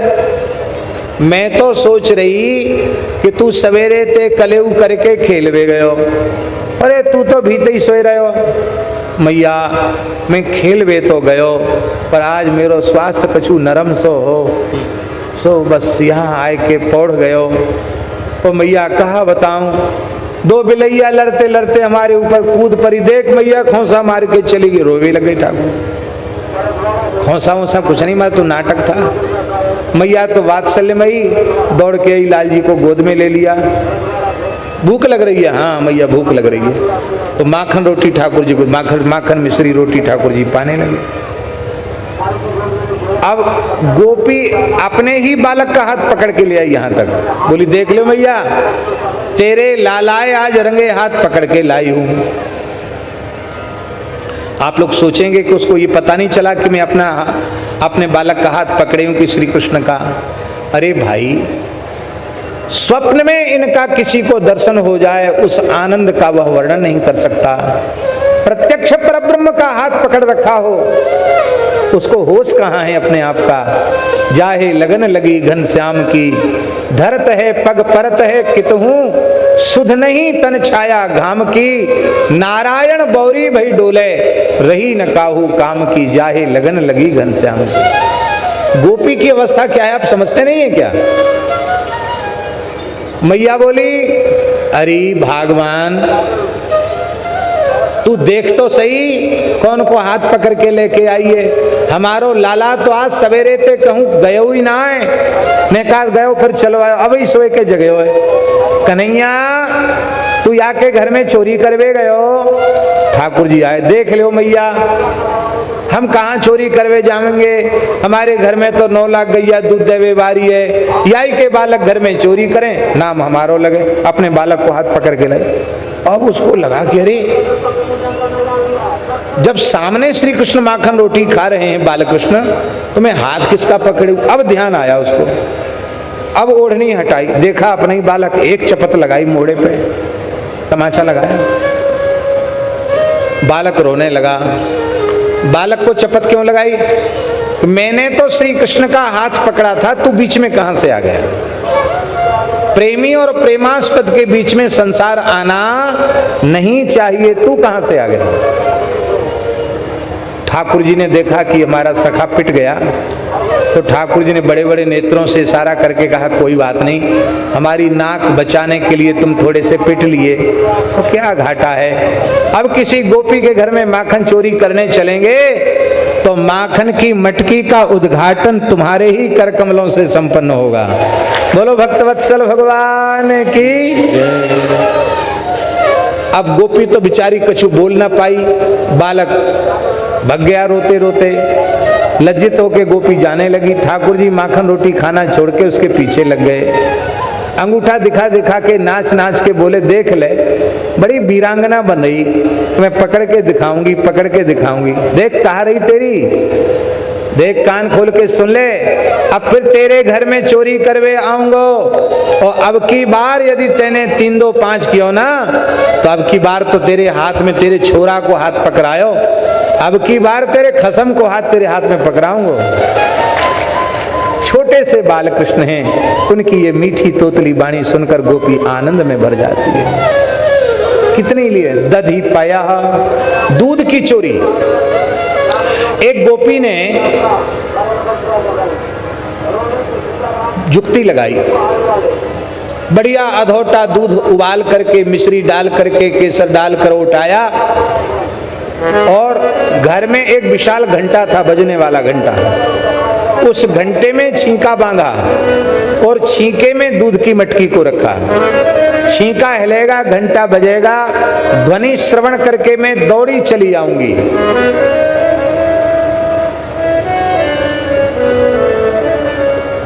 और ठाकुर जी पधारे। इस लीला का वर्णन विलमंगल जी ने भी किया, पया, और श्री कुम्भनदास जी ने भी अपनी पदावली में इसका वर्णन किया है। पहले बिलमंगल जी के शब्दों में, पीठे पीठ निषण बालक गले तिष्ठन् स गोपाल यंत्रांत स्थित दुग्ध भाण्डमभविद्याच्छाद्य घंटावरम वक्त्रोपांत कृतांजलि कृतशिरः कंपम पिबन्यः पयः पायादागत गोपिका नयनयोर गंडूस फूत्कार कृत। ठाकुर जी पधारे गोपी के यहाँ तो पहले तो पीढ़े लगा लिए, लकड़ी के पीढ़ा, उस पर सखाओं को खड़ा कर लिया। उनके कंधे पर ठाकुर जी खड़े हो गए, लेकिन छींका फिर भी ऊंचे है, छोटे से बालकृष्ण हैं। तो अपनी फेट से एक छोटी लकड़ी निकाली, लकुट, उसको छेद करने के लिए। सखा बोले कन्हैया उतरिया नीचे। ठाकुर जी बोले क्यों? कहते दिखाई नहीं पड़ रहा। आच्छाद्य घंटावरम, घंटावरम आच्छाद्य शिक्य स्थित, ये छींका घंटे में लटक रहा है। छींका हिलेगा, घंटा बजेगा और फिर मार पड़ेगी। भगवान बोले देखो गोपी, देखो सखाओ, इतना श्रम किया, इसको हम व्यर्थ नहीं जाने देंगे, तुम चिंता मत करो। तो ठाकुर जी ने घंटे से संवाद किया। घंटा से भगवान बोले, ए घंटा। हाँ भगवान। बोले तू पहचानता है मैं कौन हूं? बोले आप साक्षात परब्रह्म परमात्मा हैं, मेरे स्वामी हैं, मैं आपका सेवक हूं, आपका पार्षद हूं, आपके मंदिरों में सेवा करता हूं। ठीक समझता है। स्वामी का क्या स्वरूप है, सेवक का क्या स्वरूप है? स्वामी का धर्म है आज्ञा देना, सेवक का धर्म है आज्ञा पालन करना। भगवान बोले मैं आज्ञा देता हूं, मैं तुम्हें कितना हूं, हिलाऊं डुलाऊं, बजना नहीं, आवाज मत करना। घंटा बोला महाराज आप मने कर रहे हो तो मैं क्यों बजूंगा, आप भले हिलाओ डुलाओ। आप कहेंगे कि भगवान घंटे से कैसे बतराए, ये बुद्धि में नहीं आनी चाहिए, क्योंकि भगवान की सेवा में जितने उपकरण हैं वो सबके सब चैतन्य हैं, उसमें कोई जड़ नहीं है। अब घंटे से भगवान की बात पक्की हो गई कि तुम बजना नहीं। अब ठाकुर जी ने लकुट से छेद किया, दूध का झरना झरने लग गया। अब ठाकुर जी की विलक्षण झांकी है। छींका हिल रहा है, घंटा हिला, बज नहीं रहा है घंटा, आवाज नहीं आ रही है। दूध का झरना झर रहा है, तो दूध बालकृष्ण भगवान के मस्तक पर झरता है, दुग्धाभिषेक भगवान का होता है। फिर ऐसे आगे बढ़ता है, जब दूध का भांड घंटा वो मटकी तो अंजलि में गिरता है, तो भगवान ऐसे अंजलि बांधे हैं, वक्त्रोपांत कृतांजलि, वक्त्र के उपांत समीप में अंजलि बांधे हैं। तो ठाकुर जी दुग्धपान भी कर रहे हैं और दुग्धाभिषेक भी हो रहा है, दोनों एक साथ हो रहा है। दुग्धाभिषेक और दुग्धपान दोनों लीला युगपत हो रही है। और महाराज जी सखा ठाकुर जी के श्रीअंग से चुल्लू भर भर के दूध पी रहे हैं। इस झांकी को देखकर घंटा निहाल हो गया। घंटा ने सोचा, मंदिरों में अभिषेक होता तो घंटा बजता है, आरती होती तो घंटा बजता है, भोग लगता है तो घंटा बजता है, और आज साक्षात परब्रह्म परमात्मा अपने सखाओं के साथ दुग्ध स्नान और दुग्धपान दोनों एक साथ लीलाएं हो रही हैं, फिर भी हम नहीं बज रहे। क्यों नहीं? वो भूल गए भगवान की बात भावावेश में। तो यदि आज के अवसर पर हम नहीं बजे तो हमारा तो घंटा होना ही व्यर्थ है। अब तो बड़ी जोर से घंटा बजा, जैसे ही घंटा बजा तो गोपी दौड़ी भई आई। सखा बोले, कन्हैया देख लो, अभी तक तो घंटा मौन हो, अब जोर से बजवे लग, अब का होएगो? देख गोपी छड़ी लेके आ रही है, लठिया लेके आ रही है। भगवान बोले, चिंता मत करो। भगवान ने अपने मोहड़े में दूध भर लिया और गोपी दौड़ी भगवान की ओर, भगवान दौड़े गोपी की ओर, और मुंह में जो दूध भरा था उसको ऐसे पिचकारी मुंह से दूध की छोड़ दी। उसकी आंखों में नयनयोर गंडूस फूत्कारकृत, फू ऐसे कर दिया। तो जैसे ही आंखों में उसके दूध गया, वो बेचारी अपना मोहड़ा पोछे, तब तक भगवान सखाओं के साथ भाग गए। और सखाओं ने भी अपने अपने मुख में दूध भर लिया। जो गोपी सामने पड़ी उसकी आंख में फू फू करके सब चले गए। इसको कहते फूतकार लीला। सब लीलाओं के जनक भगवान ही हैं। हमने गांव में देखा है, बचपन में सत्यनारायण भगवान की पूजा होती है तो पंजीरी का प्रसाद मिलता है, तो पंजीरी मुंह में भर के, और कहीं फूफा जी पास में हो तो छोटे बच्चे फूफा जी, बस फूफा कहते ही सब पंजीरी उनके मोड़े पे चली जाएगी। तो हमने देखा गांव में बच्चे सत्यनारायण भगवान की पंजीरी मुंह में भर के फूफा जी जरूर बोलते हैं। ये सब फूतकार लीला है। बोलो भक्त वत्सल भगवान की। आहा, मरकान भोक्षण, बंदरों को खिलाते हैं। भांडम भिनत्ति, बर्तन भी फोड़ देते हैं। द्रव्यालाभे, द्रव्य अलाभे, जब खाने पीने की वस्तु नहीं मिलती है तो कुपित होकर के यात्युपक्रोशितोकान याति, छोटे बच्चों को रुला करके चले जाते हैं, चौंटी काट के चले जाते हैं। बोलो भक्तवत्सल भगवान की। और कहां तक कहें, एवं धार्ष्टान्युषति कुरुते मेहनादी निवास्तौ। एक गोपी ने अपने घर को खूब बढ़िया से गैया के गोबर से लीपा पोता लगाया और बढ़िया सुंदर सुंदर रंगोली बनाई, बंधनवार पताका लगाई, फूल की लड़ियों से सजाया, सुंदर धूप जला दी और कलशों में चौमुहा दीपक रख दिए, पंच पल्लव रख दिए। घर की सजावट बढ़िया की, पर खाने पीने का सामान घर में नहीं रखा, वो दूसरे घर में रखे आई। ठाकुर जी सखाओं के सहित आए। सखा बोले, कन्हैया या गोपी ने तो हमारे स्वागत में घर की बहुत सुंदर सजावट करी है, ऐसो लगे कि आके घर में तो 56 भोग तैयार और धरे होंगे। वहाँ 56 की कहा चले, वहाँ बतासा भी नहीं थे। तो सखा ठाकुर जी की हंसी उड़ाने लगे। तो बड़ा प्रशंसा कर रहा था कि मेरी बड़ी ऊंची भगतानी है, बड़ी सजावट करी है, ले 2 बतासा ना आया के घर में। तो ठाकुर जी को लगा कि हमारी बड़ी बेइज्जती हुई, अब क्या करोगे यहाँ?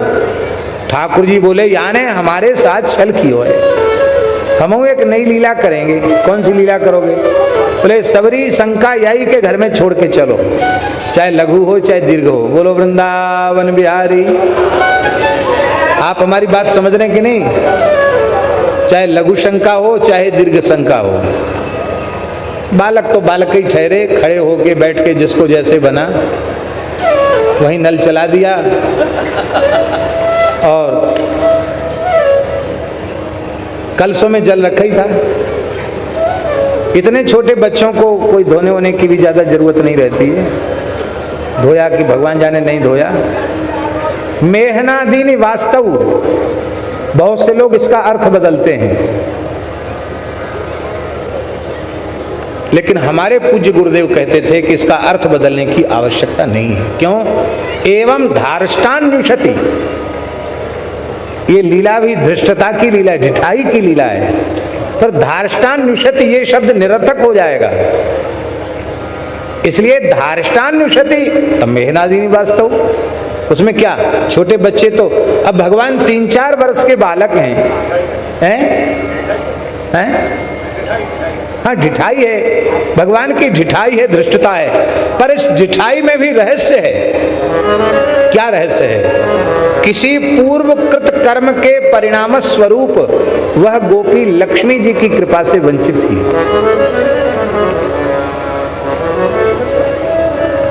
तो ठाकुर जी ने मलमूत्र त्याग की लीला करके उसको लक्ष्मी की कृपा का भाजन बना दिया।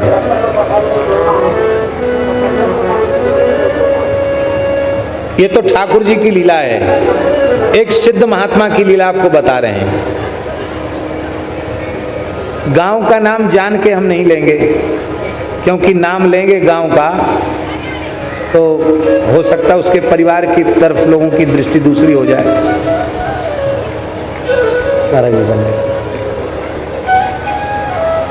एक गांव में हमारे महाराज जी के एक संत रहते थे, महाराज जी के बड़े प्रेमी थे, श्री हरिराम बाबा। बहुत अच्छे महात्मा थे, सिद्ध महात्मा थे। डोलडाल बहुत दूर जाते थे वो, कमंडल लेके 1 कोस 2 कोस चल के जाते थे डोलडाल। तो एक गांव का गरीब भगत था, अभी भी उसका परिवार है। तो कहता, बाबा कभी हमारे यहाँ पधारो। जब सामने पड़ते थे, बाबा कभी हमारे यहाँ पधारो। तो बाबा थोड़ा गाली वारी देते थे, और गाली तो हम व्यासपीठ पर बैठ के कैसे दें, लेकिन बाबा अपनी साधुसाई भाषा में बोले कि जब कान पे जनेऊ चढ़ाते तभी कहता है कि हमारे घर में चरण पधरा, चल आज तेरे घर में चरण पधराते हैं, आज डोलडाल तेरे घर में जाएंगे, चल। कमंडल लेके चले गए भीतर। उन जमानों में घरों में शौचालय नहीं बने थे। ये घटना लगभग 40 वर्ष पुरानी घटना होगी। वो ऐसा श्रद्धावान भक्त था, उसने प्रणाम किया, बोले महाराज जी आपने कृपा की, ये क्या कम बात है, आपको घर में जहां मन लगे वहीं आप अपना काम कर लो, डोलडाल हो आओ, पानी हम भर के कुआं से लाते, आप स्नान ध्यान कर लो, कोई बात नहीं। तो खपरेल मकान था, गरीब आदमी था, तो खपरेल एक ऐसा मड़ा जैसा था, उसमें चले गए बाबा। और वहाँ रसोई तो नहीं बनती थी, लेकिन कभी बनती होगी रसोई। पुराना टूटा फूटा चूल्हा था, कुछ अंगड़ खंगड़ पड़े थे।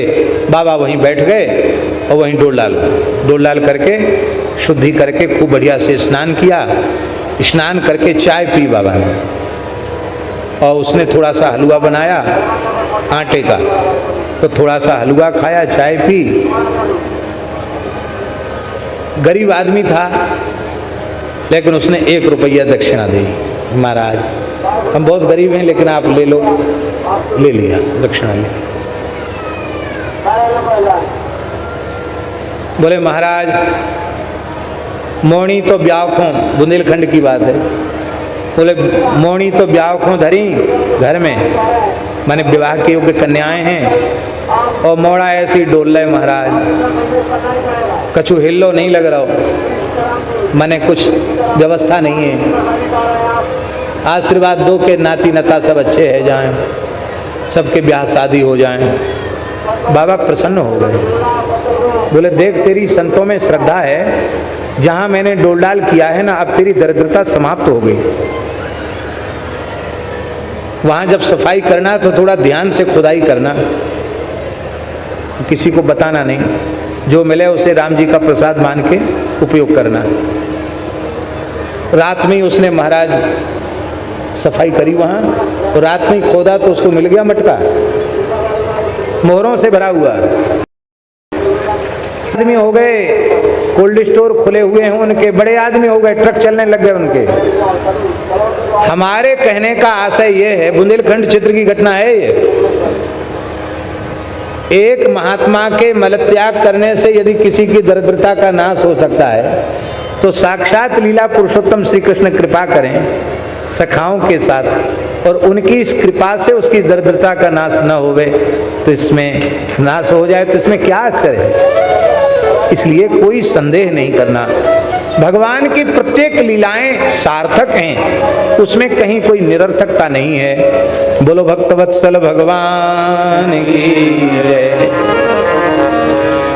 प्रथम करी हरि माखन चोरी, प्रथम करी हरि माखन चोरी, ग्वालिन मन इच्छा पूरण करी, ग्वालिन मन इच्छा पूरण करी, आप भये ब्रज खोरी,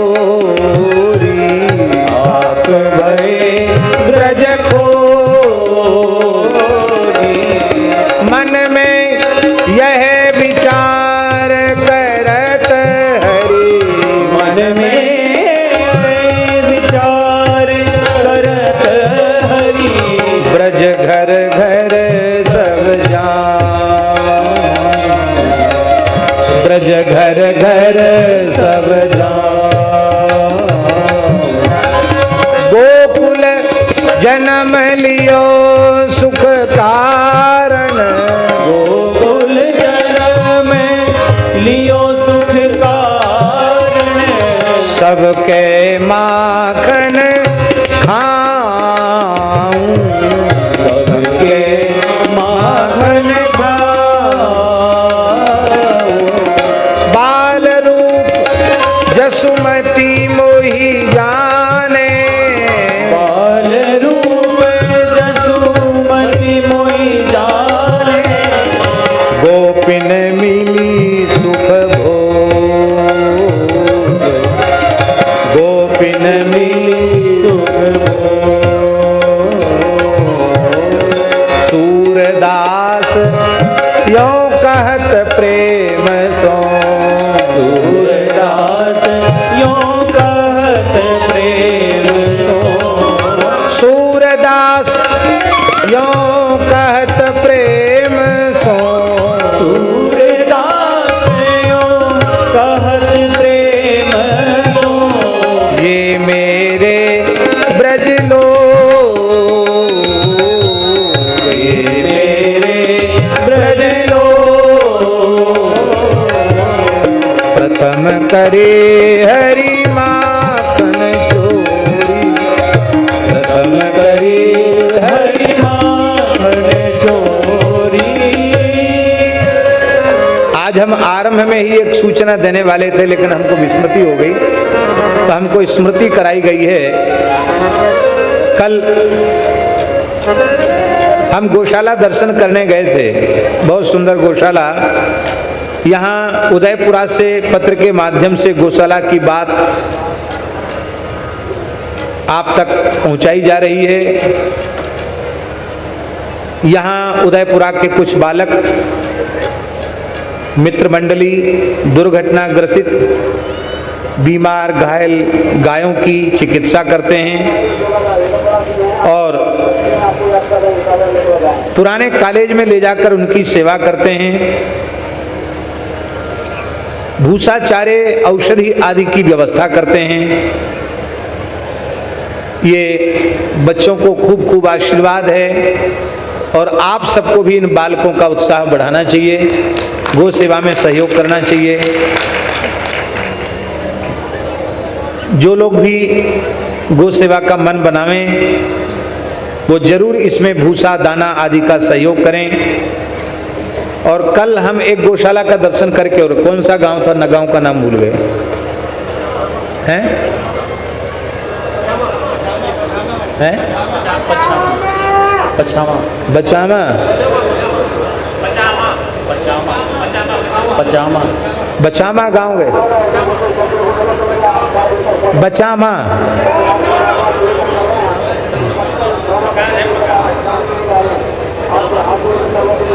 पचामा, उस गांव में गए थे। अभी 1 वर्ष ही हुआ है। वहाँ के बच्चे बहुत अच्छी सेवा कर रहे हैं। हमारे विधायक जी भी ले गए थे हमको, और भैया बैठे हैं सामने कथा सुन रहे थे अभी। तो बहुत अच्छी गौशाला, और रामचरितमानस के माध्यम से, सत्संग समिति के माध्यम से बहुत अच्छी जागृति भी कर रहे हैं। गौशाला से, गोबर से बहुत अच्छी अच्छी धूपदानी, धूप बत्ती और गाय की प्रतिमा, गणेश जी की प्रतिमा, ये सब बढ़िया चीज़ बना रहे हैं। हमने पहले भी कहा था, फिर कह रहे हैं कि गौ सेवा के क्षेत्र में बहुत पिछड़ा हुआ है ये क्षेत्र। भावनात्मक रूप से आप लोग बहुत समृद्ध हैं। मेरी प्रार्थना है कि परिक्रमा पथ में गो सेवा का पवित्र पुण्य कार्य करके आप लोग इस क्षेत्र को और अधिक सुखी और संपन्न बना सकते हैं। हमारी प्रार्थना है, अनाश्रित गोवंश की सेवा करके आप अवश्य पुण्य लाभ अर्जित करें। कल एक और बात सामने आई थी कि नर्मदा सेवा समिति, कहाँ है भैया वो गाडरवाड़ा वाले लोग, चले गए, नहीं आए क्या?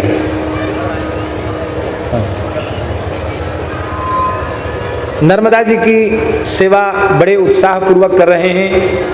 लगभग 10,000 सदस्य उनके उस अभियान के बन चुके हैं नर्मदा जी का कार्य करने के लिए। तो आज यहाँ बहुत बड़ी संख्या में लोग उपस्थित हैं। हमारी प्रार्थना है कि नर्मदा जी हम सबकी धरोहर हैं, सारे भारतवर्ष के आस्तिक हिंदुओं का आकर्षण का केंद्र हैं। आप अध्यक्ष हैं नर्मदा समिति के, तो आपकी ओर से और हम व्यासपीठ की ओर से आप सबको आग्रह करते हैं कि इस पवित्र कार्य से आप जरूर जुड़ें। नर्मदा जी का अविरल निर्मल प्रवाह सतत प्रवाहित होता रहे और पूरा नर्मदा जी का परिक्रमा पथ भी विकसित हो, गोचर के लिए भी विकसित हो, सर्वांगीण विकास हो, सुंदर से सुंदर इस तट को सजाया जा सके।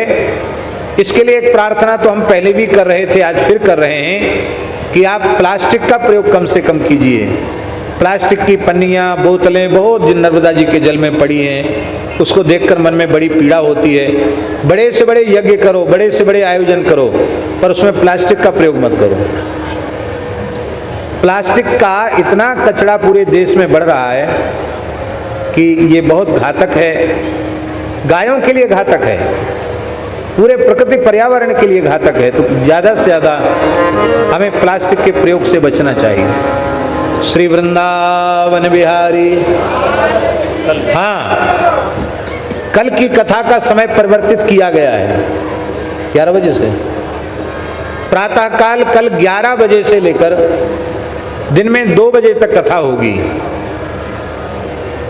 तो जिन्हें भी सुविधा बने आने की, कल पूर्णाहुति है। और कल की कथा सुनने से जो 7 दिन कथा नहीं सुन पाए उनको पूरी कथा सुनने का पुण्य भी मिल जाएगा। सूची अध्याय सुनने से अब तो सूची ही सुनानी पड़ेगी क्योंकि समय हमारा पूरा चला गया। तो कल शेष कथा का हम कल स्मरण करेंगे। तो कल का समय याद रखें, प्रातःकाल 11 बजे से लेकर के और दिन में 2 बजे तक कथा होगी। श्री वृंदावन बिहारी लाल की